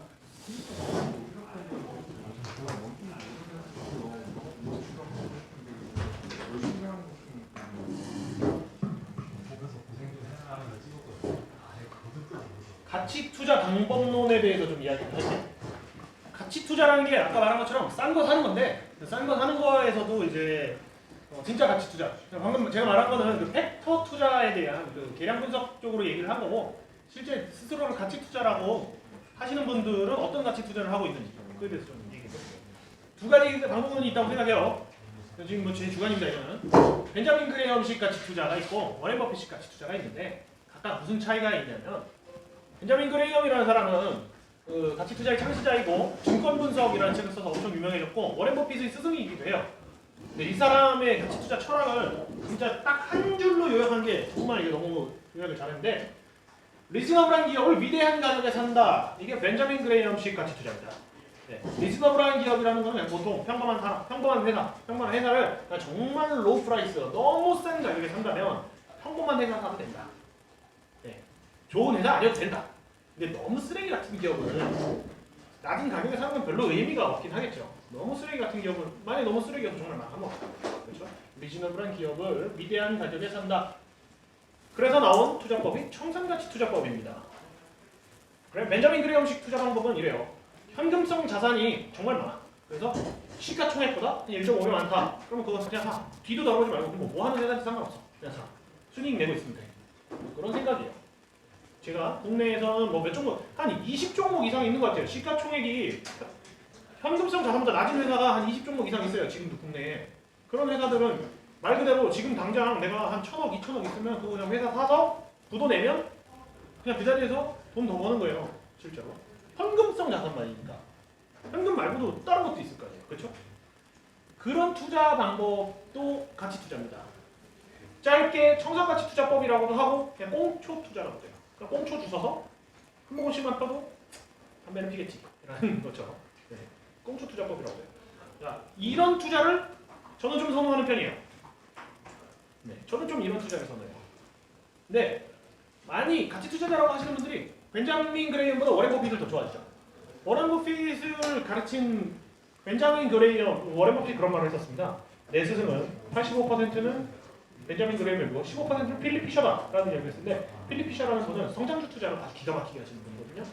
이제 그 두 가치를 접목시켜서 워렌 버핏이 생각하는 투자 방법입니다. 위대한 기업을 리즈너블한 프라이스에 산다. 네. 아주 정말 너무너무 좋은 기업을 그냥 보통 가격이면 된다. 어차피 엄청 좋은 기업이 안 싸진다. 네. 이게 투자 철학이에요. 평범한 가격이면 사야지. 그럼 언제 투자할 건데? 라는 생각이에요. 물론 싼 가격에, 위대한 기업이 싼 가격까지 내려면 너무 좋겠지만 평범한 가격에도 산다. 이게 워렌 버핏 투자입니다. 중요하게 생각하는 부분은 경제적 해자. 해자라는 게 우리가 해자라는 게 예전에 공성전을 할 때 적들이 넘어오지 못하게 성 앞에 이렇게 물웅덩이를 파가지고 적들을 막는 물웅덩이. 그러니까 우리를 보호해주는 무언가, 그런 의미로 쓰이는데, 해자, 경제적 해자라는 것은 기업의 독보적인 경쟁력으로 남들이 넘볼 수 없고 남들이 넘어설 수 없는 어떤 성벽을 쌓는 그런 의미예요. 경제적 해자를 중요하게 생각합니다. 시장의 독점적 지위를 가진 기업에 투자를 하는데 쌀 때까지 기다리지 않습니다. 물론 싸면 더 사지만 적정 가격이면 삽니다. 얘가 판단할 때. 그래서 누군가가 판단할 때 야, 그거 좀 비싼데라고 생각할 수도 있어요. 근데 그거는 얘 기준이니까 얘가 그건 아니야, 그건 적정가야, 리즈너블해 라고 생각해서 살 수도 있는 거예요. 그 프리미엄이 너무 주관적이기 때문에 이 투자법이 힘듭니다. 왜냐하면 엄청 비싼 건데도 야, 이 정도 성장성을 보이면 이 정도 리즈너블한 가격이지 라고 그냥 스스로 합리화하는 케이스가 너무 많아요. 왜냐하면 벤자민 그레이엄식 투자는 규정되어 있죠. 현금성 자산이 시가총액보다 커야지만 투자한다. 그렇기 때문에 뭐 이론의 여지가 없는데, 이건 이론의 여지가 너무 많고 실제로 자기 가치 투자자라고 주장하는 사람들이 난 버핏식 투자한다 라고 하는데 아닌 케이스가 딱 이 케이스예요. 예를 들어서 생각해보면 코카콜라 있죠. 저는 이 회사가 만약에 지금 제 생각에는 비싸다고 생각해요. 뭐 최근에 가치 평가 안 해봤지만 제가 예전에 한 15년쯤에 코카콜라 같은 그런 존슨즈 베이비, 코카콜라, 보잉 뭐 이런 절대 우리 삶과 뗄 수 없는 그런 회사들, 구글 이런 회사들과 동행하고자 가치 분석을 했을 때 다 비쌌어요. 제 생각에. 그래서 못 샀어요. 다. 근데 그 후로 또 올라가더라고요. 근데 제가 그때 판단했던 기준 경제적 해자였습니다. 경제적 해자라는 거는 제 인생이 끝나는 날까지 콜라가 없어질까요? 제가 늙어 죽을 때까지 콜라를 먹을 것 같아요. 네. 저는 코카콜라의 경제적 해자를 정말 확신해요. 이런 회사들. 근데 우리나라에 없잖아요, 솔직히. 네. 우리나라에 야, 세상이 망할 때까지 저 회사는 안 망해 하는 회사가 있겠습니까? 인간이 살아있는 한 콜라는 마셔. 이 정도 확언 할 수 있지만 인간이 살아있는 한 반도체는 스마트폰을 써. 이거 확신할 수 없는 거죠. 그렇죠? 네. 그래서 삼성전자가 최대한 그래도 이런 기업에 가깝지 않을까. 그래서 삼성전자 시장에 맞춰 발맞춰서 변화하니까 그러지 않을까라고 생각하고 나머지 기업들은 결국 우리나라 기업은 다 사이클 기업이 아닌가 이런 생각입니다. 수출입 동향에 따라서 달라지는. 버핏식 투자를 할 때 이렇게 생각하시면 되는데, 자, 가치 투자. 이제 방금 우리는 두 가지 투자 방법론에 대해서 봤어요. 둘 다 가치 투자라고 불리우지만 정말 다른 기업을 삽니다. 정말 다른 시점에 사고. 근데 궁극적으로 가치 투자가 작동하는 원인은 안드레 코스톨란이라는 사람이 말한 주인과 개의 이론에서 나옵니다. 주인과 개의 이론이라는 게 뭐냐면 이게 개, 그리고 이 줄이 주인이에요. 이 지금 주한 줄이. 주인이 개를 끌고 산책을 합니다. 목줄이 길면 개가 앞에 갔다 뒤에 갔다 앞에 갔다 뒤에 갔다 하겠지만 이 목줄에서 벗어날 수가 없는 거예요. 그렇죠? 언젠가 그리고 집에 들어갈 때는 결국 같이 들어가겠죠. 그렇죠? 그래서 주가라는 것은 개와 같다. 앞으로 갔다 뒤로 갔다 한다. 왜냐? 시장은 비이성적이고 비효율적이고 사람들은 아주 그냥 욕망과 탐욕에 그냥 노예니까. 욕망이 막 솟아오를 때는 이게 이렇게 올라갔다가 공포가 그게 나갈 때는 가치보다도 떨어졌다. 하지만 결국은 그 목줄을 잡고 있는 주인, 가치의 가격이 회귀한다. 이게 상식 아니냐? 라는 말이 안드레 코스톨란이 주인과 개의 이론인데 맞습니다. 그러면 우리가 실제 가치 투자를 할 때 언제 사야 되는가? 방금 우리가 본 그 두 가지 방법론에서 나오는 매수 시점에 대해서 이야기를 해볼게요. 이 구간 주가라고 생각해 봅시다. 개가 아니라 주가가, 그리고 이 주인이 아니라 가치보다 내려오는 순간 주가 가치보다 아래에 있으면 우리는 안전 마진이 있다고 합니다. 안전 마진.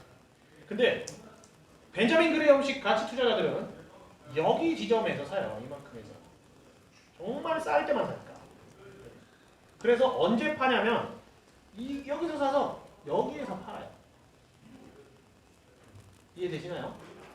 가치가 저평가되어 있을 때 사서 가치만큼 받으면 팔아요. 왜냐면 상대적으로 그건 더 이상 싸지 않으니까. 그건 제 가치니까. 하지만 버핏식 투자는 이 시점에서 삽니다. 이 시점에서도 사고 여기서도 사고 여기서도 사고 다 사요. 사요. 여기서도 사고 여기서도 사고 여기서도 사요. 여기서까지 사요. 버핏식 투자. 안 팔아요. 그다음에 그냥 가치 계속 올라가니까 안 팔아요. 그런 기업만 사요. 가치가 계속 올라갈 기업만. 근데 그렇게 꾸준하게 가치가 올라갈 기업이라는 게 많지가 않잖아요. 그래서 버핏식 가치 투자는 필연적으로 집중 투자입니다. 그런 기업은 많지 않으니까. 근데 그레이엄식 가치 투자는 분산 투자가 충분히 가능해요. 싼 건 널렸으니까. 매수 시점과 매도 시점 둘은 다른 투자예요.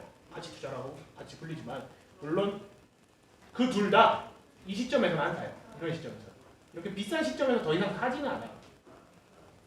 그게 가치 투자입니다. 비싼 시점에서 사는 투자, 여기서 사는 투자를 모멘텀 투자라고 합니다. 그 투자도 유효한 팩터예요. 여러분 절대 가치 투자를 맹신해서는 안 돼요. 가치 투자 광신도가 돼서는 안 돼요. 가치 투자는 그냥 방법론이에요.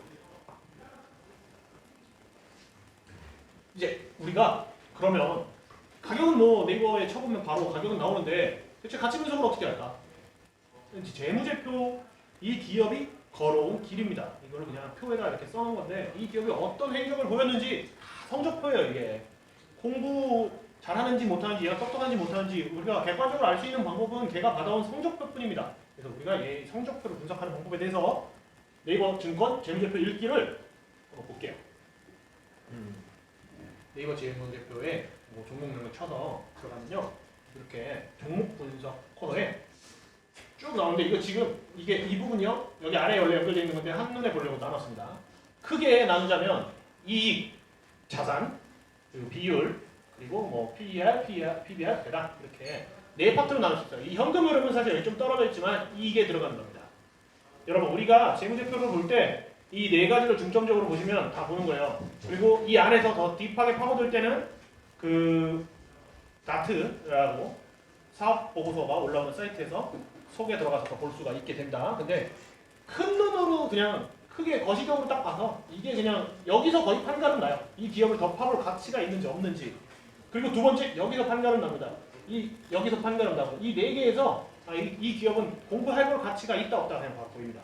실제로 어떻게 그런 해안을 갖출 수 있을지 봅시다. 자, 첫 번째 보면 매출액 이렇게 있죠.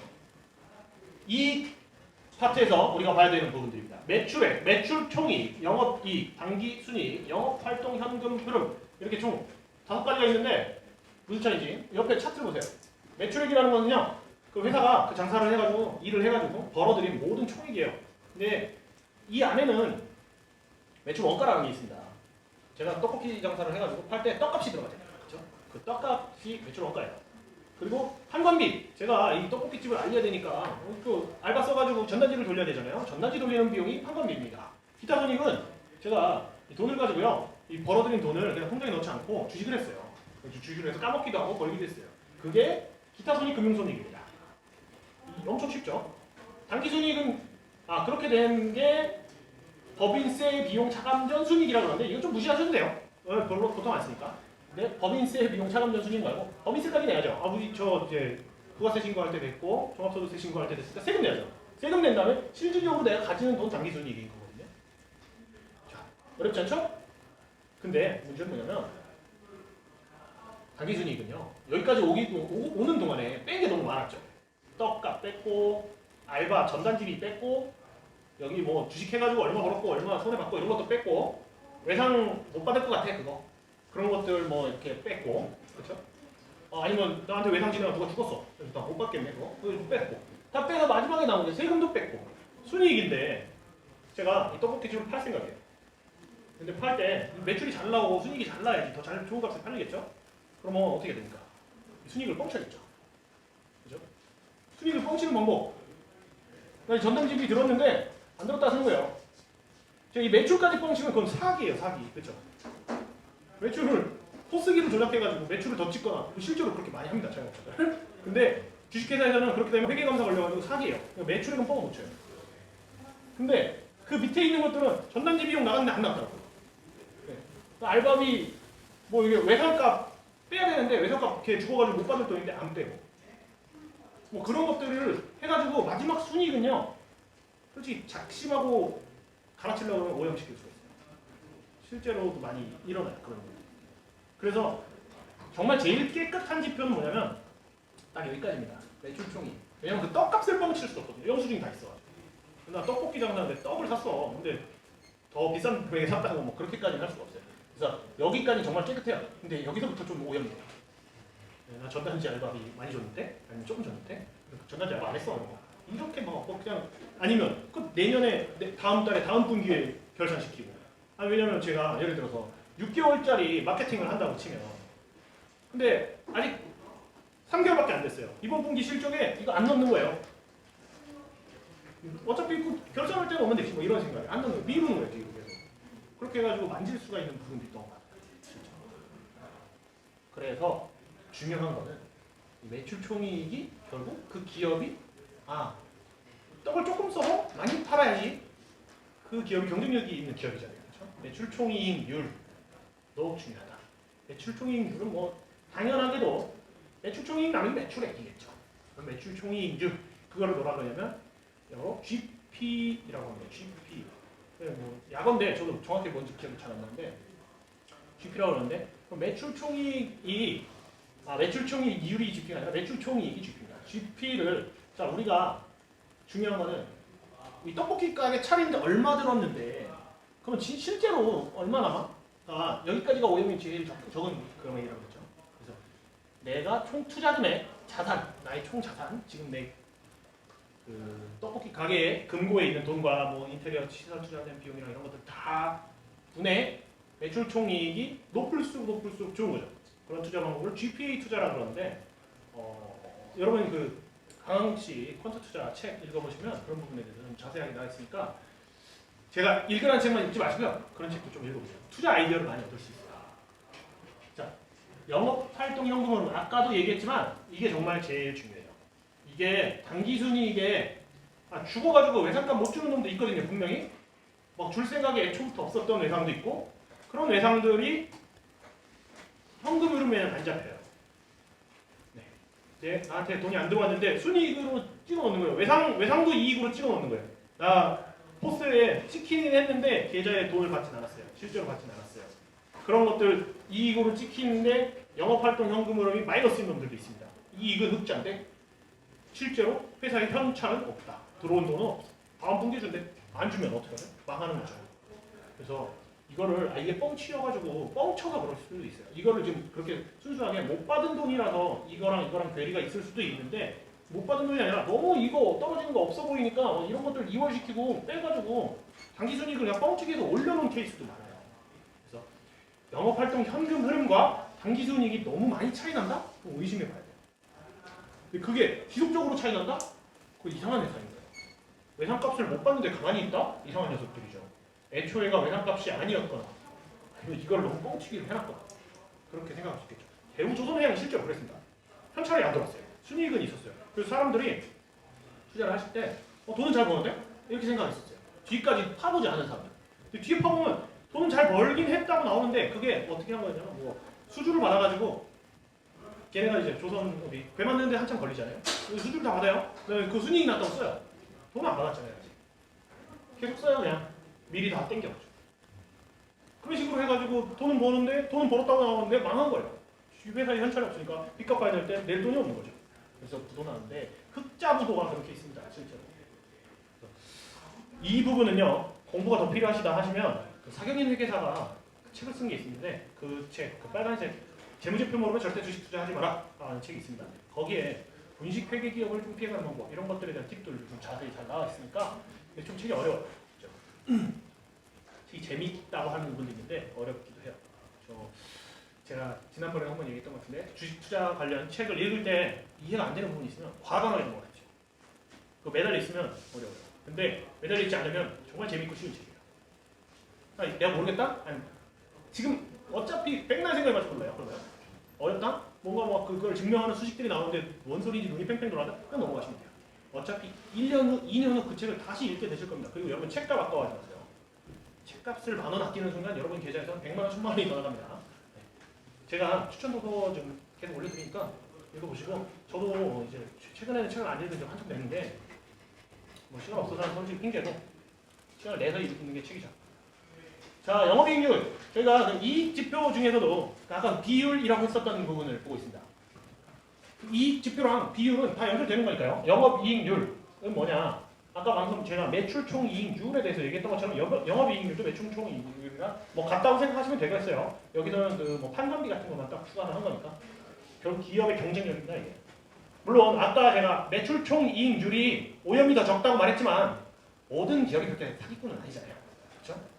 근데 기업들 중에는 판관비를 많이 쓰는 기업들도 있어요. 실질적으로. 그래서 그 판관비를 다 뻥이다? 라고 생각할 수는 없는 거예요. 그래서 비교를 할 때는 보통 매출총이익률이 아니라 영업이익률로 비교합니다. 실제 기업을 믿는다고 한다면 영업이익률이 더 정확한 지표죠. 기업을 믿을 때는. 못 믿겠다 할 때는 매출총이익률이 더 정확한 지표겠지만 영업이익률이 아까도 얘기했다시피 높다. 경쟁력이 있는 거예요. 자, 우리나라 평균 그 제조업 경쟁률이 영업이익률 한 5% 정도밖에 안 된다. 자, 반도체 쪽이 아무래도 제일 높죠. 그리고 나머지 5%? 참 이런 철강 2.4%? 이 이자만도 못한 회사 운영할 필요가 없는 거예요. 이 정도 되면 사실 이자 받는 게 낫잖아요. 우리는요, 여러분 좀 희망을 가집시다. 우리는 우리 한 명 한 명 한 명이 다 지주회사 회장님들이고요. 아무리 못해도 제가 이 정도까지는 약속 못 드리겠지만 여러분 이 정도 이상은 벌 수 있습니다. 진짜 우리가 상식적인 투자만 해도 이 정도 이상은 벌 수 있어요. 네. 그러면 우리가 대한민국 평균 잘 나가 날고 기는 그 CEO 형님들보다 우리가 훨씬 더 잘하는 거예요, 실제. 왜 그 돈으로 왜 제철소하고 있습니까? 주식하기. 네. 우리 주식하는 것 같습니다. 저도 자영업도 하고 뭐 회사 다니고 또 새로운 사업도 준비를 하고 하는데 진짜 웬만한 것보다는 주식이 나요. 리스크 대비 생각해보면 웬만한 사업보다 주식이 나요. 항상 사업이 더 괜찮아 보이거든요. 사업이 더 리턴이 훨씬 커 보이고 근데 확정 편향이에요. 그거에 대한 리스크까지 고려해 볼 때는 웬만한 경우에는 주식이 훨씬 나요. 주식 투자로는 연 20% 벌 수 있습니다. 충분히. 근데 사업으로는 연 200%도 벌 수 있죠. 근데 주식 투자보다 리스크가 그럼 10배만 높아야 되는데 한 30배 높아요. 실제로. 저도 사업을 좀 해보면서 항상 느낍니다. 그래도 계속 하려는 이유는 뭐 사담입니다만 여러분 주식 투자로 경제적 자유를 이룩할 수 있습니다. 실제로. 근데 제가 계산해보니까 한 13년 걸리고 있어요. 주식만 하면. 저는 그렇게까지 할 생각이 없습니다. 제가 지금부터 13년이나 이렇게 경제적 비자유를 누릴 생각이 없어서 저는 좀 사업을 계속 하고 있고 여러분도 소득을 증대시키는 방법이 여러 가지가 있지만 사업소득, 자본소득, 그리고 노동소득 증대도 있어요. 제가 지금 이것도 노동이지 않습니까? 사실. 네. 사업이기도 하고 노동이기도 하고 여러분이랑 자본소득을 더 증대시키려는 목적도 있고 저는 3박자를 다 갖추고 있어요. 여기서 지금. 그래서 일석삼조를 하고 있으니까 저는 일요일마다 이렇게 시간 내서 오는 게 그렇게 기분이 나쁘지 않아요. 자, 투자 아이디어를 한번 봅시다. 이익지표로 가치 투자 종목 찾기. 이 세 가지 케이스에 해당된다면 우리는 이익지표로 좋은 기업이다 할 수 있습니다. 근데 이 세 가지 기업에 해당되지 않는다. 그거는 좀 다시 고려해야 되는 기업이에요. 자, 첫 번째, 매출액이 크게 상승합니다. 그리고 영업이익률이 옆으로 기어요. 영업이익률이에요. 영업이익이 옆으로 기어요. 이 말이 뭐냐? 식당이 엄청 매출이 계속 올라요. 매출이 오르면 당연히 영업이익도 올라야죠. 근데 영업이익은 안 올라. 무슨 말일까요? 전단지 알바를 엄청 뿌리고 있다는 뜻 아닐까요? 그죠? 그러면 나중에 전단지 알바를 뭐 영원히 뿌릴 수는 없으니까 그만 뿌리게 되는 순간 전단지 알바비만큼 이익으로 세이브가 돼가지고 이익이 엄청나게 가파르게 오르기 시작하겠죠. 이게 지금 화살표 이렇게 되면 가파르게 오른다는 뜻이고요. 이렇게 되는 거는 이제 우상향한다는 뜻이고요. 옆으로 기인다는 뜻입니다. 그런 회사가 있었습니다. 카카오. 제가 뭐 사후 편향이지만 제가 이 카카오라는 회사를 한 3년 전부터 계속 봤어요. 실제로. 근데 제 생각에는요. 지금도 카카오는 이 상황입니다. 매출액이 가파르게 오르고요. 영업이익률이 오르고 있지만 그렇게 가파르게 오르진 못해요. 지금 매출액이 오르는 비율만큼 영업이익이 못 올라요. 그래서 영업이익률이 아직도 낮아요. 실제로. 카카오가 8만 원 할 때부터 제가 계속 봤어요. 근데 투자를 못 하겠는 거예요. 가치 투자자로서는 투자를 절대 못하는 기업이었어요. 지금도 그래요. 지금도 너무 비싸요. 사실. 그냥 가치 분석을 우리가 평범하게 가치 투자자들이 하는 이익 지표 비율로 계산한 프리미엄 비율로 하면 투자 못하는 종목입니다. 지금도 8만 원 할 때도 마찬가지입니다. 근데 미래안을 가지고 미래식을 가지고 성장주 투자를 하겠다 한다면 플랫폼 기업이 플랫폼 장악이 끝나는 순간부터가 실제 돈 버는 거예요. 카카오가 요즘 돈 벌기 시작한 게 플랫폼 장악이 부분적으로 끝났거든요. 인터넷 은행업에서 카카오의 장악이 끝났습니다. 실제로. 대항마가 없어요. 그러니까 거기서 돈이 벌기 시작했고 메신저 업에서 이모티콘 팔아서 뭐 선물하기 팔아서 엄청 벌기 시작했고 네이버도 그렇잖아요. 네이버 쇼핑이 거의 쇼핑 업계를 장악을 해서 그때부터 이제 돈을 벌기 시작하는 거예요. 그 전에는 회원 모아야 되니까 포인트 뿌려줘야 되고 뭐 턴오버 해줘야 되고 엄청 이것저것 쓰는 돈이 많아가지고 뭐 마케팅 때려야 되고 그래서 돈을 못 벌어요. 그러다가 플랫폼 장악이 끝나는 순간부터 폭발적으로 영업이익이 증가하고 주가도 그에 맞춰서 폭발적으로 올라가는 추세를 보여줍니다. 실제 최근 카카오가 영업이익이 엄청나게 올라왔어요. 그래서 그런 기업들을 미리 찾아서 투자하는 인사이트 있는 성장주 투자를 할 수도 있겠다. 하지만 어려운 게 미래에 대한 그런 확신을 자기가 가질 수 있을 만큼 그 산업에 대해서 잘 알아야 되는데 제가 그걸 몰랐어요. 솔직히. 네, 제가 카카오가 3년 전까지만 해도 카카오뱅크 뭐 완전 그냥 시작하는 그런 단계였고 뭐 이모티콘 팔아가지고 돈이 얼마나 돼 있어? 이런 생각도 했었고 선물하기 기능 이런 게 이렇게까지 커질 줄 몰랐고 그럼 카카오가 매출을 대체 어디서 낼 수 있을까? 생각해보니까 조금 막막한 거예요. 근데 이제는 진짜 영업이익을 어디서 내나? 영업이익 엄청 올라가더라고요. 실제로. 네. 앞으로 카카오가 뭐 배달업도 막 뛰어들고 이렇게 플랫폼을 이미 하나 큰 플랫폼을 가진 기업이 플랫폼을 확장해가는 순간 자 여러분 그런 기업들이 카카오 말고도 있죠. 아마존 여러분이 아마존에 대해서 기업 분석을 안 해보셨겠지만 실제 미국 온라인 쇼핑 업계를 아마존이 다 먹어가지고 그냥 다 먹어서 아마존이 만약에 망하면 실제로 이제 진짜 죽는 사람이 나올 정도로 왜냐면 미국 사람들이 마트에 못 가고 그렇게 그 정도 거리에 되는 그런 지역에는 안 살았어요. 잘 너무 심각하게 문제가 생길 수도 있으니까. 근데 이제 아마존이 배달해주니까 살아요. 산골짜기 들어가도. 근데 이제 만약에 아마존 망했다? 그럼 이제 그냥 생필품 못 사는 사람들도 실제로 생겨요. 실제로. 그래서 그 정도 장악력이 생겨버렸어요. 그래서 아마존은 엄청 비쌉니다. 일반적인 가치 투자자는 아마존을 살 수가 없어요. 네.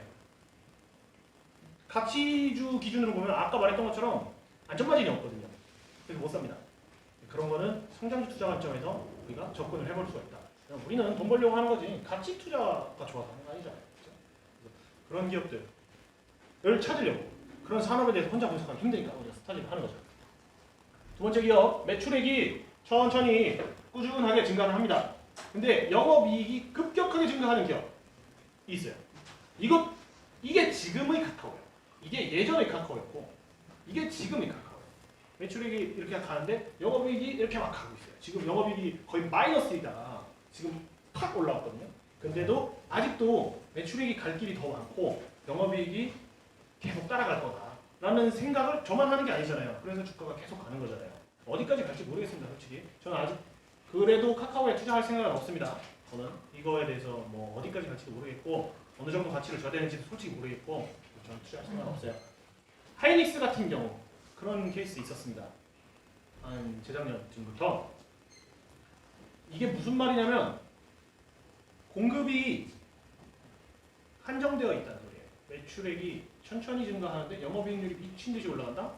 하이닉스가 반도체 장사 잘 된다고 내일부터 2배 생산해 이렇게 못합니다. 그렇죠?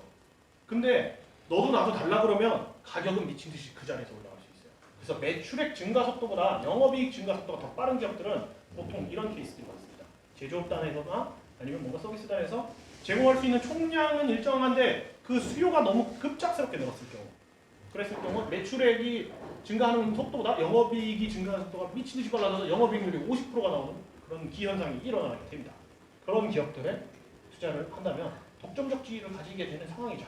그게 하이닉스는 사이클 산업이니까 독점적 지위가 그렇게 되면 많이 투자를 해가지고 매출액 증가율도 둔화되고 영업이익 증가율도 둔화되고 나중에는 2% 기다가 꺾이고 치킨 게임이 또 시작되고 그게 보통 이제 대형 산업 사이클단에서 하는 건데 예를 들면 일부 중소기업 중에서도 진짜 알짜 기술력 가져가지고 그 회사만 정말 만들 수 있는 그런 제품들을 만드는 회사들은 이게 그냥 계속 유지돼요.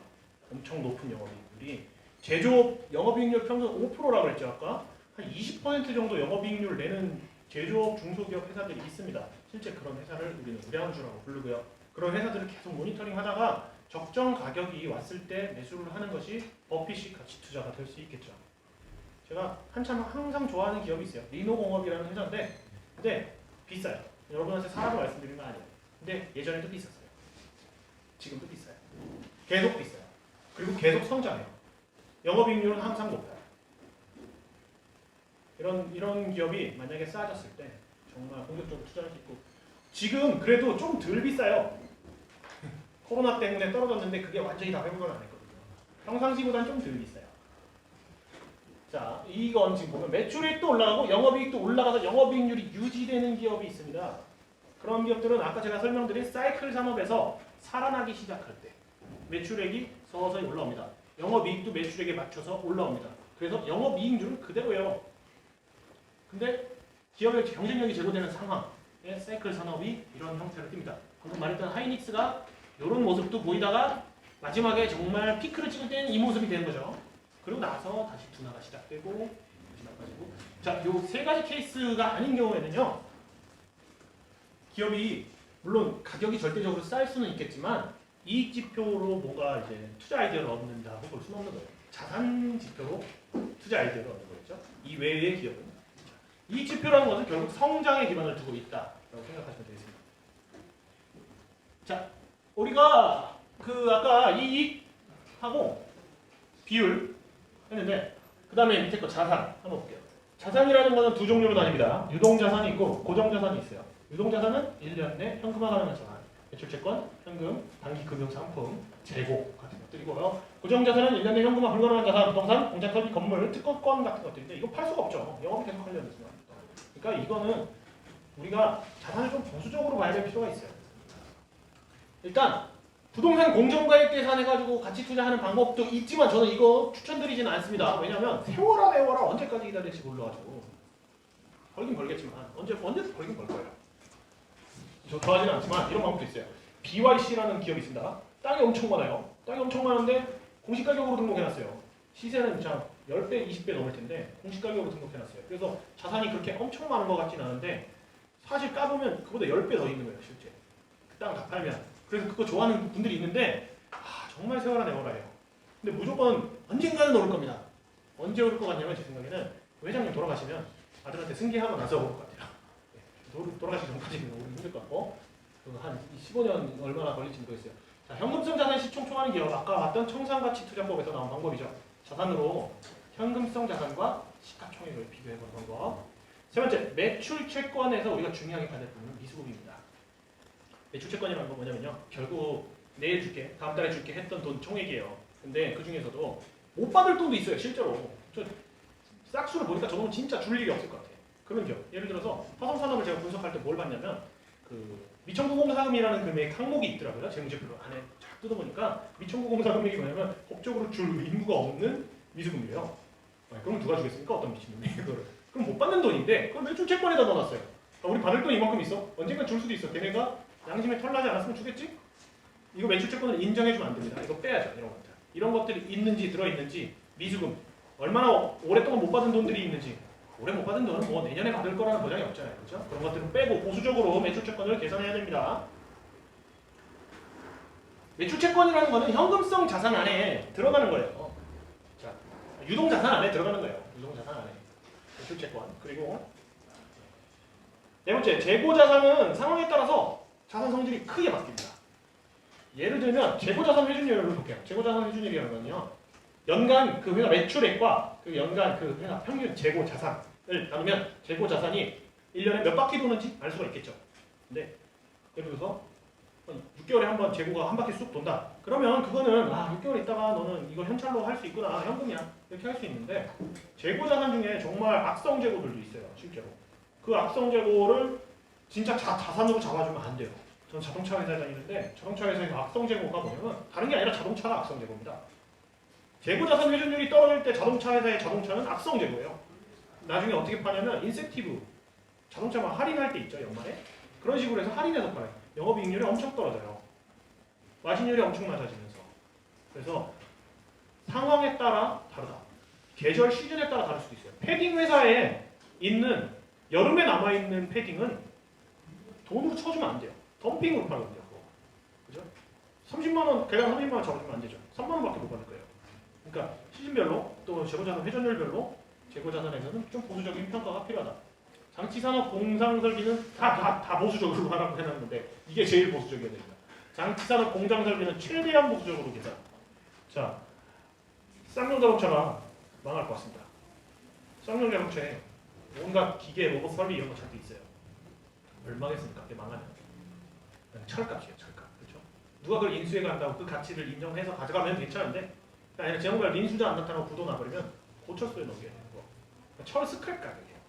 그거를 어떻게 자산이라고 잡아주겠습니까? 톤당으로 계산해서 철값 잡아야 돼요. 그러면 망해가는 기업은 특히 더. 그리고 그런 중후장대 산업이 저평가되고 있을 때 우리가 특히 주의해야 됩니다. 석유화학 회사 같은 경우 여수에 산업단지가 엄청 크게 있잖아요. 근데 회사가 망해가고 있어요. 망해가고 있는데 저평가돼 있다? 아니죠. 그거 그냥 진짜 철값 계산된 거예요. 그거. 그냥 속으면 안 돼요. 그런 거예요. 유동자산과 배당 성향도 자산으로 뭔가 투자 판단할 때 중요한 부분입니다. 유동자산 같은 경우는 1년 안에 현금화 가능한 자산이라고 했죠. 기업 오너 입장에서 너무 당연한 거예요. 배당 성향이라는 것은 1년에 번 돈을 얼마나 배당해 줄까인데 지금 내 주머니에 돈이 없어가지고 1년 안에 쓸 돈이 별로 없는데 이 배당이 제대로 나올 리가 없죠.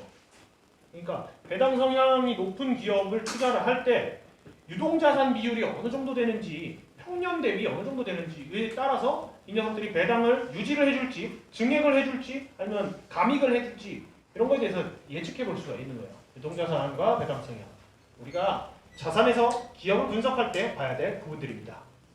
자, 이 1번 부동산 공정가액 계산은 부동산 많으면 좋지만 투자 중요 아이디어가 되기는 추천드리지 않습니다. 너무 오래 기다리니까. 제가 제일 좋아하는 팩터는 이거랑 이거예요. 그냥. 저는 현금이 제일 좋아요. 저는 질문 있으세요? 네. 요거를 기준으로 저는 나머지 녀석들을 자산 재평가를 해서 여러분이 거기 나와 있는 자산을 그대로 믿지 마시고 여러분이 평가한 자산 대비 이 회사가 얼마의 평가를 받고 있고 얼마의 평가를 받아야 되는지에 대해서 판단할 수 있습니다. 방금 우리가 이익지표와 비율 그리고 그 자산과 그에 대한 투자 아이디어에 대해서 봤는데 그런 것들을 그냥 한눈에 볼 수 있게 만드는 것들이 PER, PEBR, ROE에 대한 것들. 그럼 물론 다 아시겠지만 한번 다시 볼게요. Earning per share라고 EPS라는 것이 있습니다. 이게 뭐냐면 주당 순이익. 어떻게 만드냐면 이 기업의 순이익 나누기 주식수. 네, 주식이 만약 100주다, 1000주다 순이익으로 그걸 나누면 주당 얼마의 순이익을 벌어들이는가를 알 수가 있죠. PER은 주가 수익 비율. 그래서 1주당 가격 분의 EPS. 이게 지금 그냥 좀 생소하실 수 있어요. 투자를 아예 안 하셨던 분들은 그냥 심플하게 PER은 뭐다? 지금 시가총액만큼 이 회사가 순이익을 벌려면 몇 년 걸리나? 라는 뜻이에요. PER 5다? 5년 걸린다. 지금 이 시가총액이 5년 후면 순이익으로 메꿔진다. 그러니까 이 PER 5라는 것은 한마디로 기업이 한 20% 정도, 시가총액이 20% 정도를 매년 벌어들인다. 라는 뜻이고 실제로 PER이 낮으면 낮을수록 좋겠죠. PER이 3이라는 건 3년 안에 시가총액을 내가 회수하겠다. 내가 이 회사를 이 시가총액을 다 주고 인수를 했을 때 3년 안에 회수한다. 5년 안에 회수한다. 근데 이게 아까 말했던 카카오는 89 막 그래요. 89년 안에 이 회사를 회수할 생각 없어요. 왜 89까지 올라가냐면 내년에는 지금 기준이잖아요. 지금 기준이니까 내년에는 이익이 엄청 증가할 건데 라는 판단에 89까지를 주는 건데 저는 그런 투자는 선호하지 않기 때문에 별로 생각하고 싶지 않습니다. PER을 만드는 변수는요. 여기서 너무 당연한 얘기지만 순이익과 주가예요.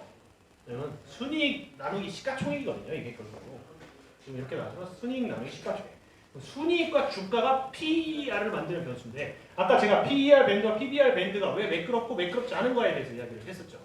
순이익이라는 것은 정말 분기마다 정말 천차만별로 바뀔 수도 있어요.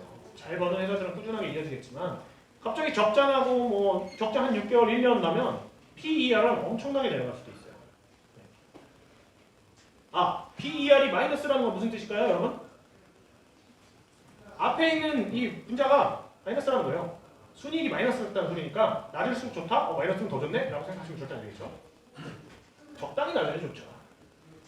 그래서 PER은 순이익과 주가가 변수다. 순이익은 기업이 만들지만 주가는 시장의 합의로 결정되는 거고 기업이 잘했는지 못했는지도 중요한 거예요. PER을 만들 때는. 그리고 주가가 그 합의를 얼마나 프리미엄을 줄 것인가에 따라서 주가가 비싸다는 건 프리미엄을 더 주는 거고 주가가 낮다는 건 프리미엄을 조금 준다는 거니까 그거에 따라서 PER의 높고 낮음이 결정된다. 근데 PBR 같은 경우가 PER을 우리가 투자할 때 어떻게 활용할 수 있는지 고 PER 투자 아까 제가 말씀드린 카카오 같은 고 PER 투자 같은 경우는요 우량주 투자에 속합니다. 이제 모멘텀 투자 먼저 봅시다. 시장에 관심이 집중되는 꿈과 희망이 가득한 업종. 근데 최근에 카카오가 정말 많이 올랐던 거는 이 두 개가 같이 들어갔어요. 꿈과 희망도 가득했어요. 언택 시대가 되면서 코로나로 인해서. 그래서 높은 성장성과 그 순이익의 가파른 증가가 기대가 되죠. 앞으로 언택 상황 때문에 더 그럴 것 같아요. 그래서 모멘텀이 생겼어요. 그리고 두 번째 우량주 투자. 과거 순양은 높은 성장성을 입증했거나 산업의 독점적 지위를 가졌죠. 성장성을 입증하진 못했지만 매출 성장성은 이미 입증했어요. 매출은 진짜 가파르게 증가하고 있고 산업의 독점적 지위는 이미 가졌어요. 그래서 그거에 대해서 프리미엄을 더 주는 겁니다. 카카오에. 높은 배당 수익률, 고 PER에도 고 배당 수익률을 기대할 수 있을 때도 고퍼가 됩니다. 예를 들어서 지금 카카오 투자하는 사람한테 가치 투자자들은 야 너 미친놈이야 이렇거든요. 가치 투자자들은. 근데 카카오가 만약에 나 벌어들이는 돈 전부 다 배당할 거야 라고 한다면 배당 수익률이 높아지니까 그건 배당 투자자들에게도 어필할 수 있는 거죠. 그래서 배당 투자자들도 그 고 PER을 인정할 수 있게 된다. 근데 이게 PER이 너무 높을 때는 어차피 이 2라는 게 단기순이익인데 배당이 단기순이익을 넘어갈 수는 없잖아요. 그렇죠? 어느 돈 이상 배당하는 건 이상한 거잖아요. 그렇기 때문에 너무 고퍼주에서는 어차피 배당 수익률이 그렇게까지 좋지 못하다. 근데 정말 번 돈 다 배당하는 회사들이 있긴 있어요. 맥커리 인프라라든가 아니면 뭐 한국셰어석유라든가 이런 회사들은 진짜 번 돈 거의 다 배당을 해요. 그러니까 PER이 그냥 높아요. 저 한국셰어석유 지금 얼마나 하는지 모르겠는데 한 PER 20 정도로 그냥 계속 유지를 합니다. 왜냐하면 번 돈 다 배당하니까 PER 20에 번 돈 다 배당하면 한 5% 정도 배당하는 거예요. 실제로. PER 20이라는 거는 연 5% 정도 시가총액만큼 벌어들인다는 뜻이고 그 벌어들인 거 다 배당하니까 나도 시가총액 대비 5% 정도 수익률이 나오는 거죠. 우리가 이제 저 PER 투자를 많이 하실 텐데 저 PER 투자에서 좀 유의할 사항이 있어요. 산업의 쇠락. 이거는 산업이 쇠락하는지 안 쇠락하는지는 그 산업에 대해서 좀 잘 알아야겠죠? 저는 자동차 산업에 종사하지만 자동차 산업이 쇠락하고 있다고 생각해요. 밸류 트랩에 빠집니다. 실제로.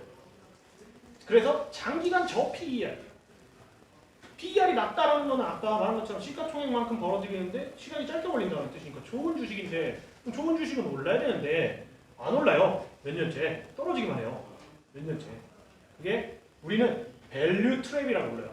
가치주인데 함정에 빠진 거예요. 가치주 함정에 빠져서 성장도 없고 미래도 없고 그냥 계속 그냥 언제나 싼. 우리는 투자를 해서 수익을 얻으려는 사람들이라면 밸류 트랩에 있는 종목들을 주의해야 되는데 그걸 알아내는 방법이 그 산업의 미래를 점치는 방법도 있겠지만 그냥 시장이 너무 오랫동안 이걸 저 PER로 가지고 있었다면 앞으로도 언제 다시 돌려줄지 몰라요. 이거에 대해서. 지금 자동차 업종이 그냥 옆으로 계속 뛰어요. 그냥 아래로 계속 꼭 돌아갔고 하는데 그거 지금 작년에 샀던 사람, 재작년에 샀던 사람 뭐 한 3년 전, 4년 전, 5년 전까지도 샀던 사람들 하는 말이 뭐냐면 야 3년 동안 이런데 올해는 뒤집겠지. 그 얘기를 매년 해요. 언제 뒤집겠어요? 몰라요. 내년에 지금 사는 사람이요. 야 지금 한 7, 8년 꼬라봤으면 앞으로는 한 번 오르지 않을까? 모르는 거예요. 근데 내년에 뒤집은지 내후년에 뒤집은지 몰라요. 밸류 트랩에 이미 빠져 있는 거죠. 조심하셔야 됩니다. 사이클 산업은 필수적으로 거시경제 상황에 대해서 좀 분석이 필요하죠. 사이클 산업이란 아까 카카오 같은 건 사이클 산업이 아니고요. 석유화학 산업, 뭐 자동차 수출 산업, 반도체 산업, 우리나라가 이제 중고장비 산업이라고 부르는 여러 가지 산업들은 거시경제 예를 들면 석유화학 쪽이 지금 개판이에요. 왜냐면 코로나 걸려서 사람들이 돌아다니질 않으니까 기름을 안 써요. 그래가지고 더군다나 이제 북반구에는 여름이 오고 있잖아요. 난방유도 안 써요. 그러니까 석유화학이 아주 그냥 고사 직전입니다. 그리고 기름값이 너무 내려가가지고 마진을 잘 못 남겨요. 이런 거시 경제 분석이 필요해요. 그러면 언제부터 마진 남길 수 있을지, 코로나 끝나면 사람들이 얼마나 돌아다닐지, 난방유 쓰기 시작하면 그 수요가 어느 정도여서 어느 정도 마진이 남을지에 대해서 진짜 공부 많이 필요합니다.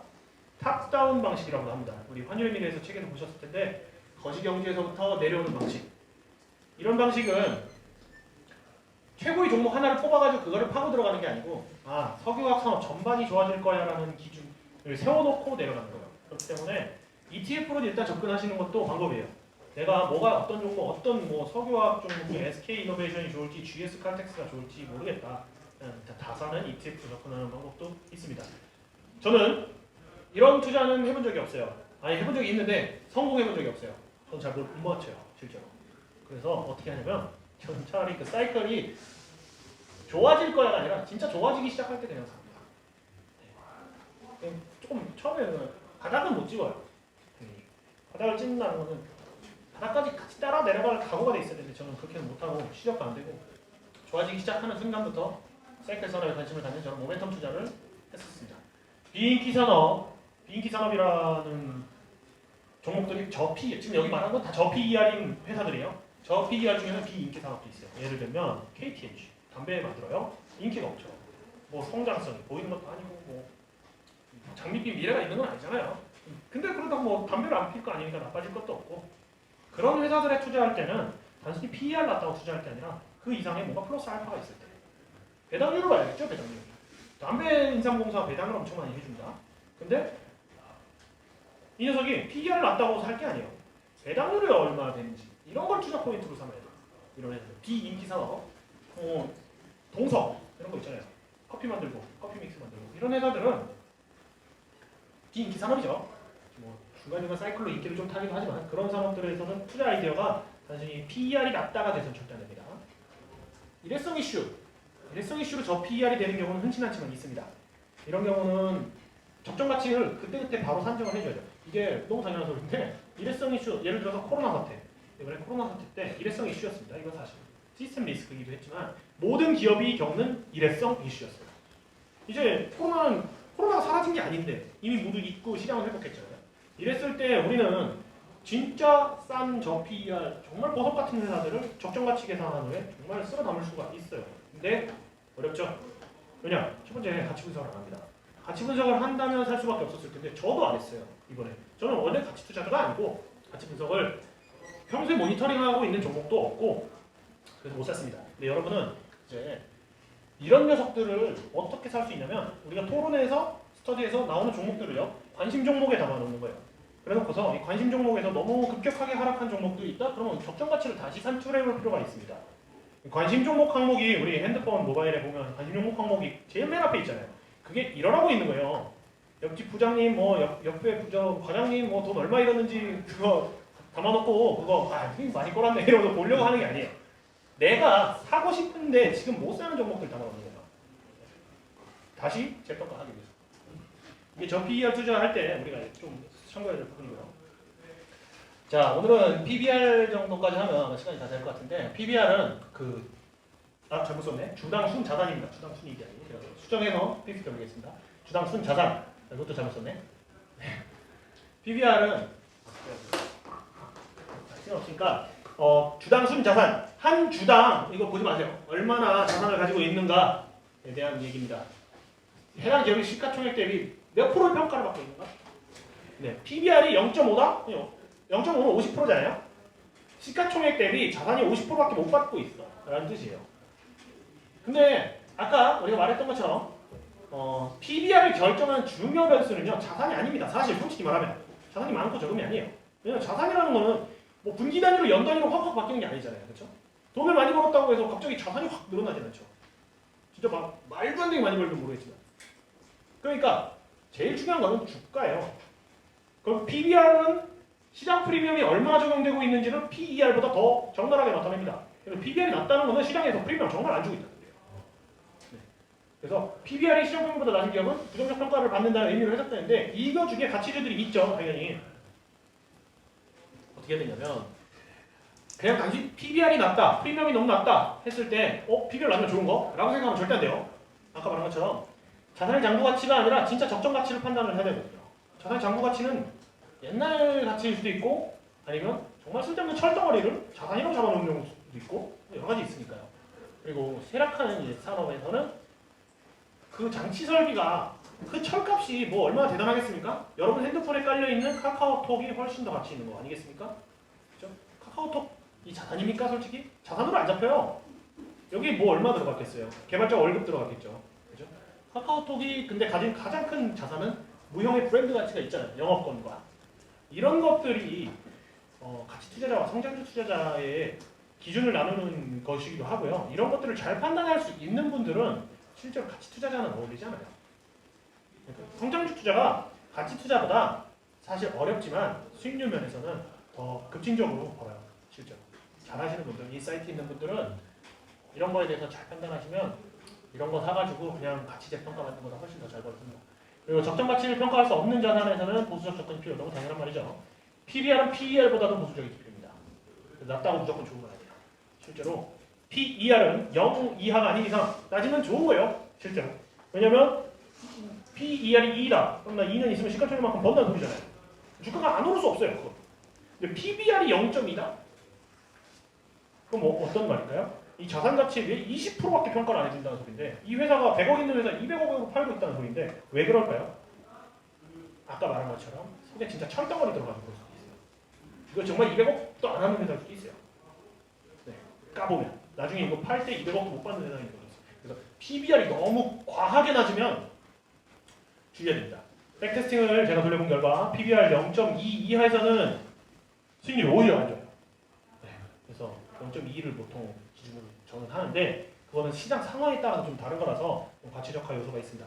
PBR은 그래서 어떻게 써야 되냐면 단순히 그 PBR 낮다고 투자할 게 아니라 다른 퀄리티 지표, 매출이 성장을 하고 있는가 아니면 최소한 매출이 돌아섰는가 그럼 매출이 줄어든다, 감익되나, 증익이 되고 시작하는가 그런 것들과 믹스할 때 PBR은 그래도 프리미엄이 낮다라는 소리니까 프리미엄이 낮은 녀석은 기대 안 하고 있다는 소리고 기대 안 하고 있는 녀석이 정말 좋아진다면 기대하고 있는 녀석이 좋아지는 건 너무 당연한 거잖아요.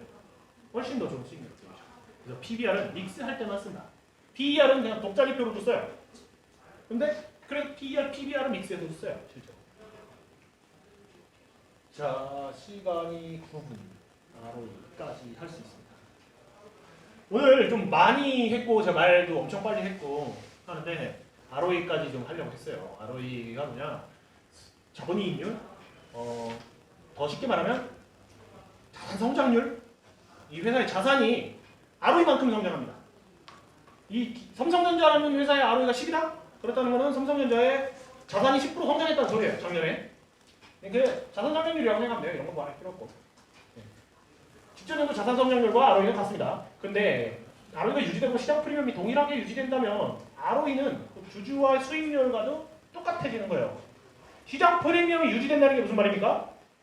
지금 멀티플, 이 회사에 주고 있는 PER이라든가 PBR을 동일하게 시장이 유지한다고 가정할 때 동일하게 유지하지는 않죠, 당연히. 하지만 아까 본 것처럼 밴드 안에서 유지하긴 해요. 사람들이. 이 회사에 기대하는 바가 비슷하니까. 그 합의가 바로 깨지지 않으니까. 근데 ROE가 만약에 15%씩 유지가 된다? 그러면 내가 이 회사 장기 투자하면 결국 내가 버는 돈은 ROE만큼 버는 거예요. 네.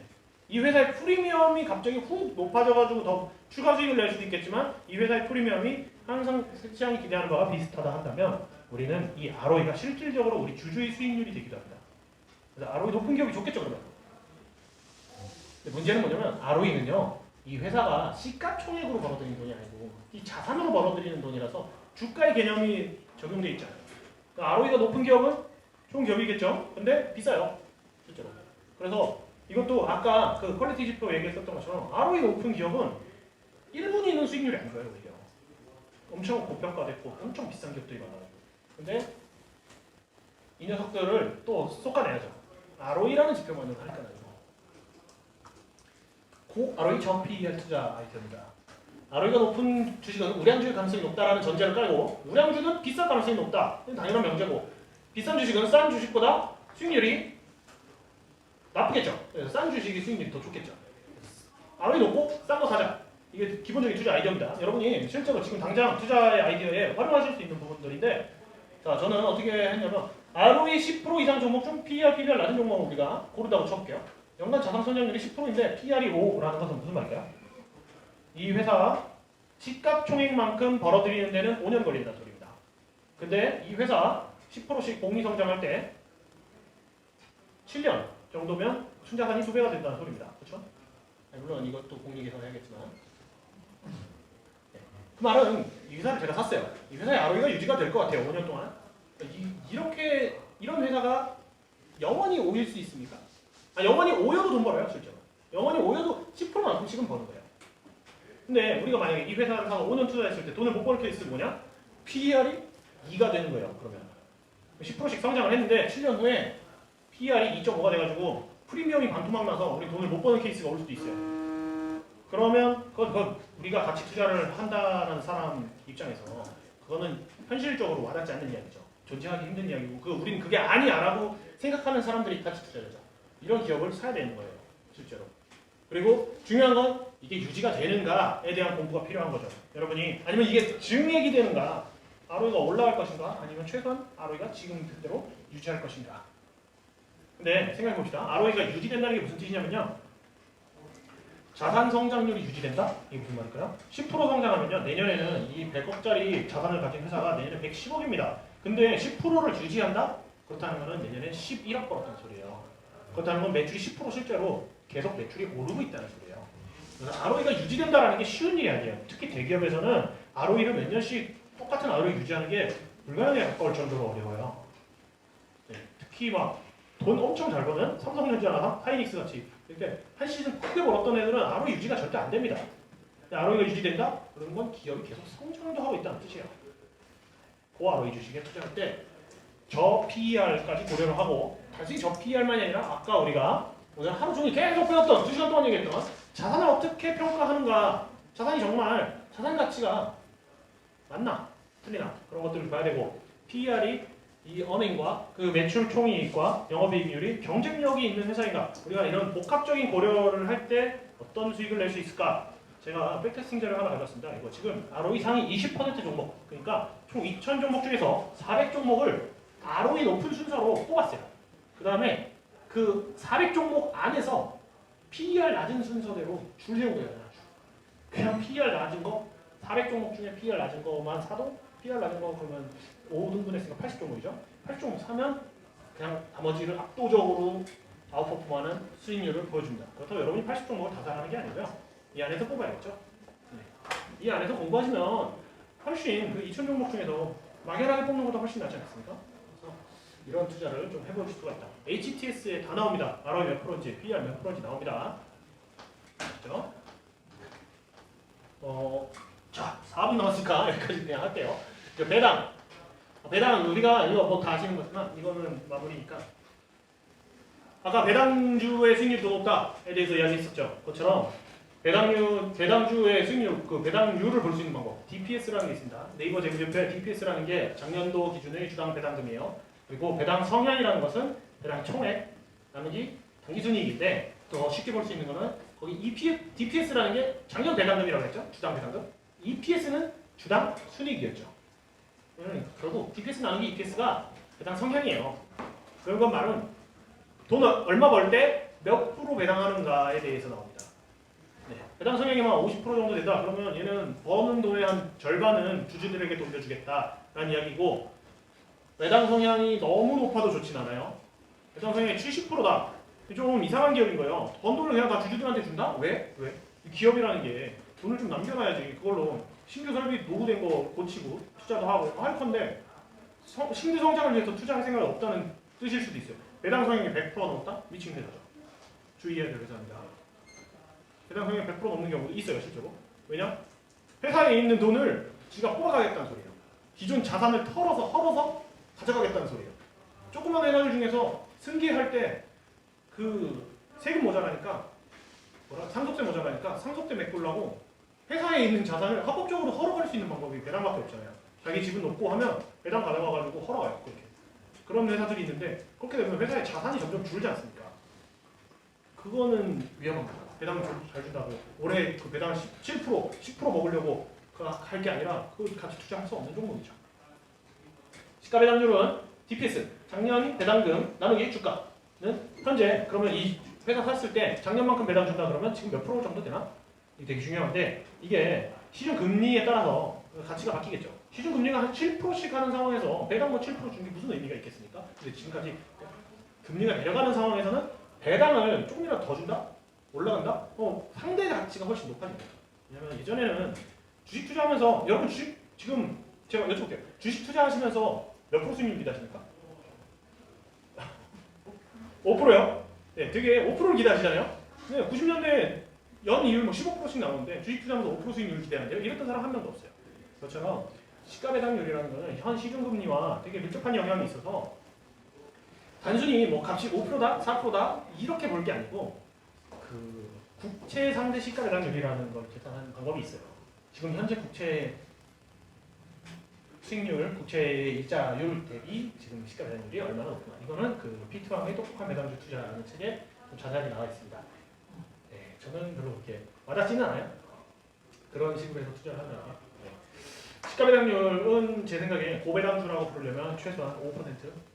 우리가 은행 이자라고 부르는 거에 2배 반, 3배 이상은 돼야지 주식의 리스크를 지고 배당을 받겠다라고 하는 사람이 나올 것 같아요. 최소한 5%. 네. 근데 실제로 배당 7%, 8%씩 주는 회사들 많아요. 제가 여러분한테 말씀드린 것 중에 연간 7, 8% 버는 거는 정말 충분히 가능하고 여러분이 지금부터 깊은 잠에 빠져드셔도 가능합니다. 근데 높은 배당 주는 회사들을 쭉 사가지고 그냥 가만히 주무세요. 그럼 배당만으로도 7%는 벌 거고요.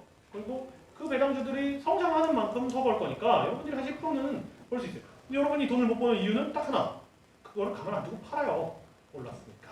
아니면 떨어졌으니까. 우리는 손가락을 가만히 있는 방법을 연구를 해야 돼요. 이렇게 주식 투자를 하면서 시장에서 초과 수익률을 내는 건 그렇게 어려운 방법이 아닙니다. 여러분 제가 그래가지고 방금 이 설명드린 모든 것들을 다 총망라해서 퍼스 200 인덱스라는 걸 만들었어요. 네. 그래서 200 종목을 뽑았습니다.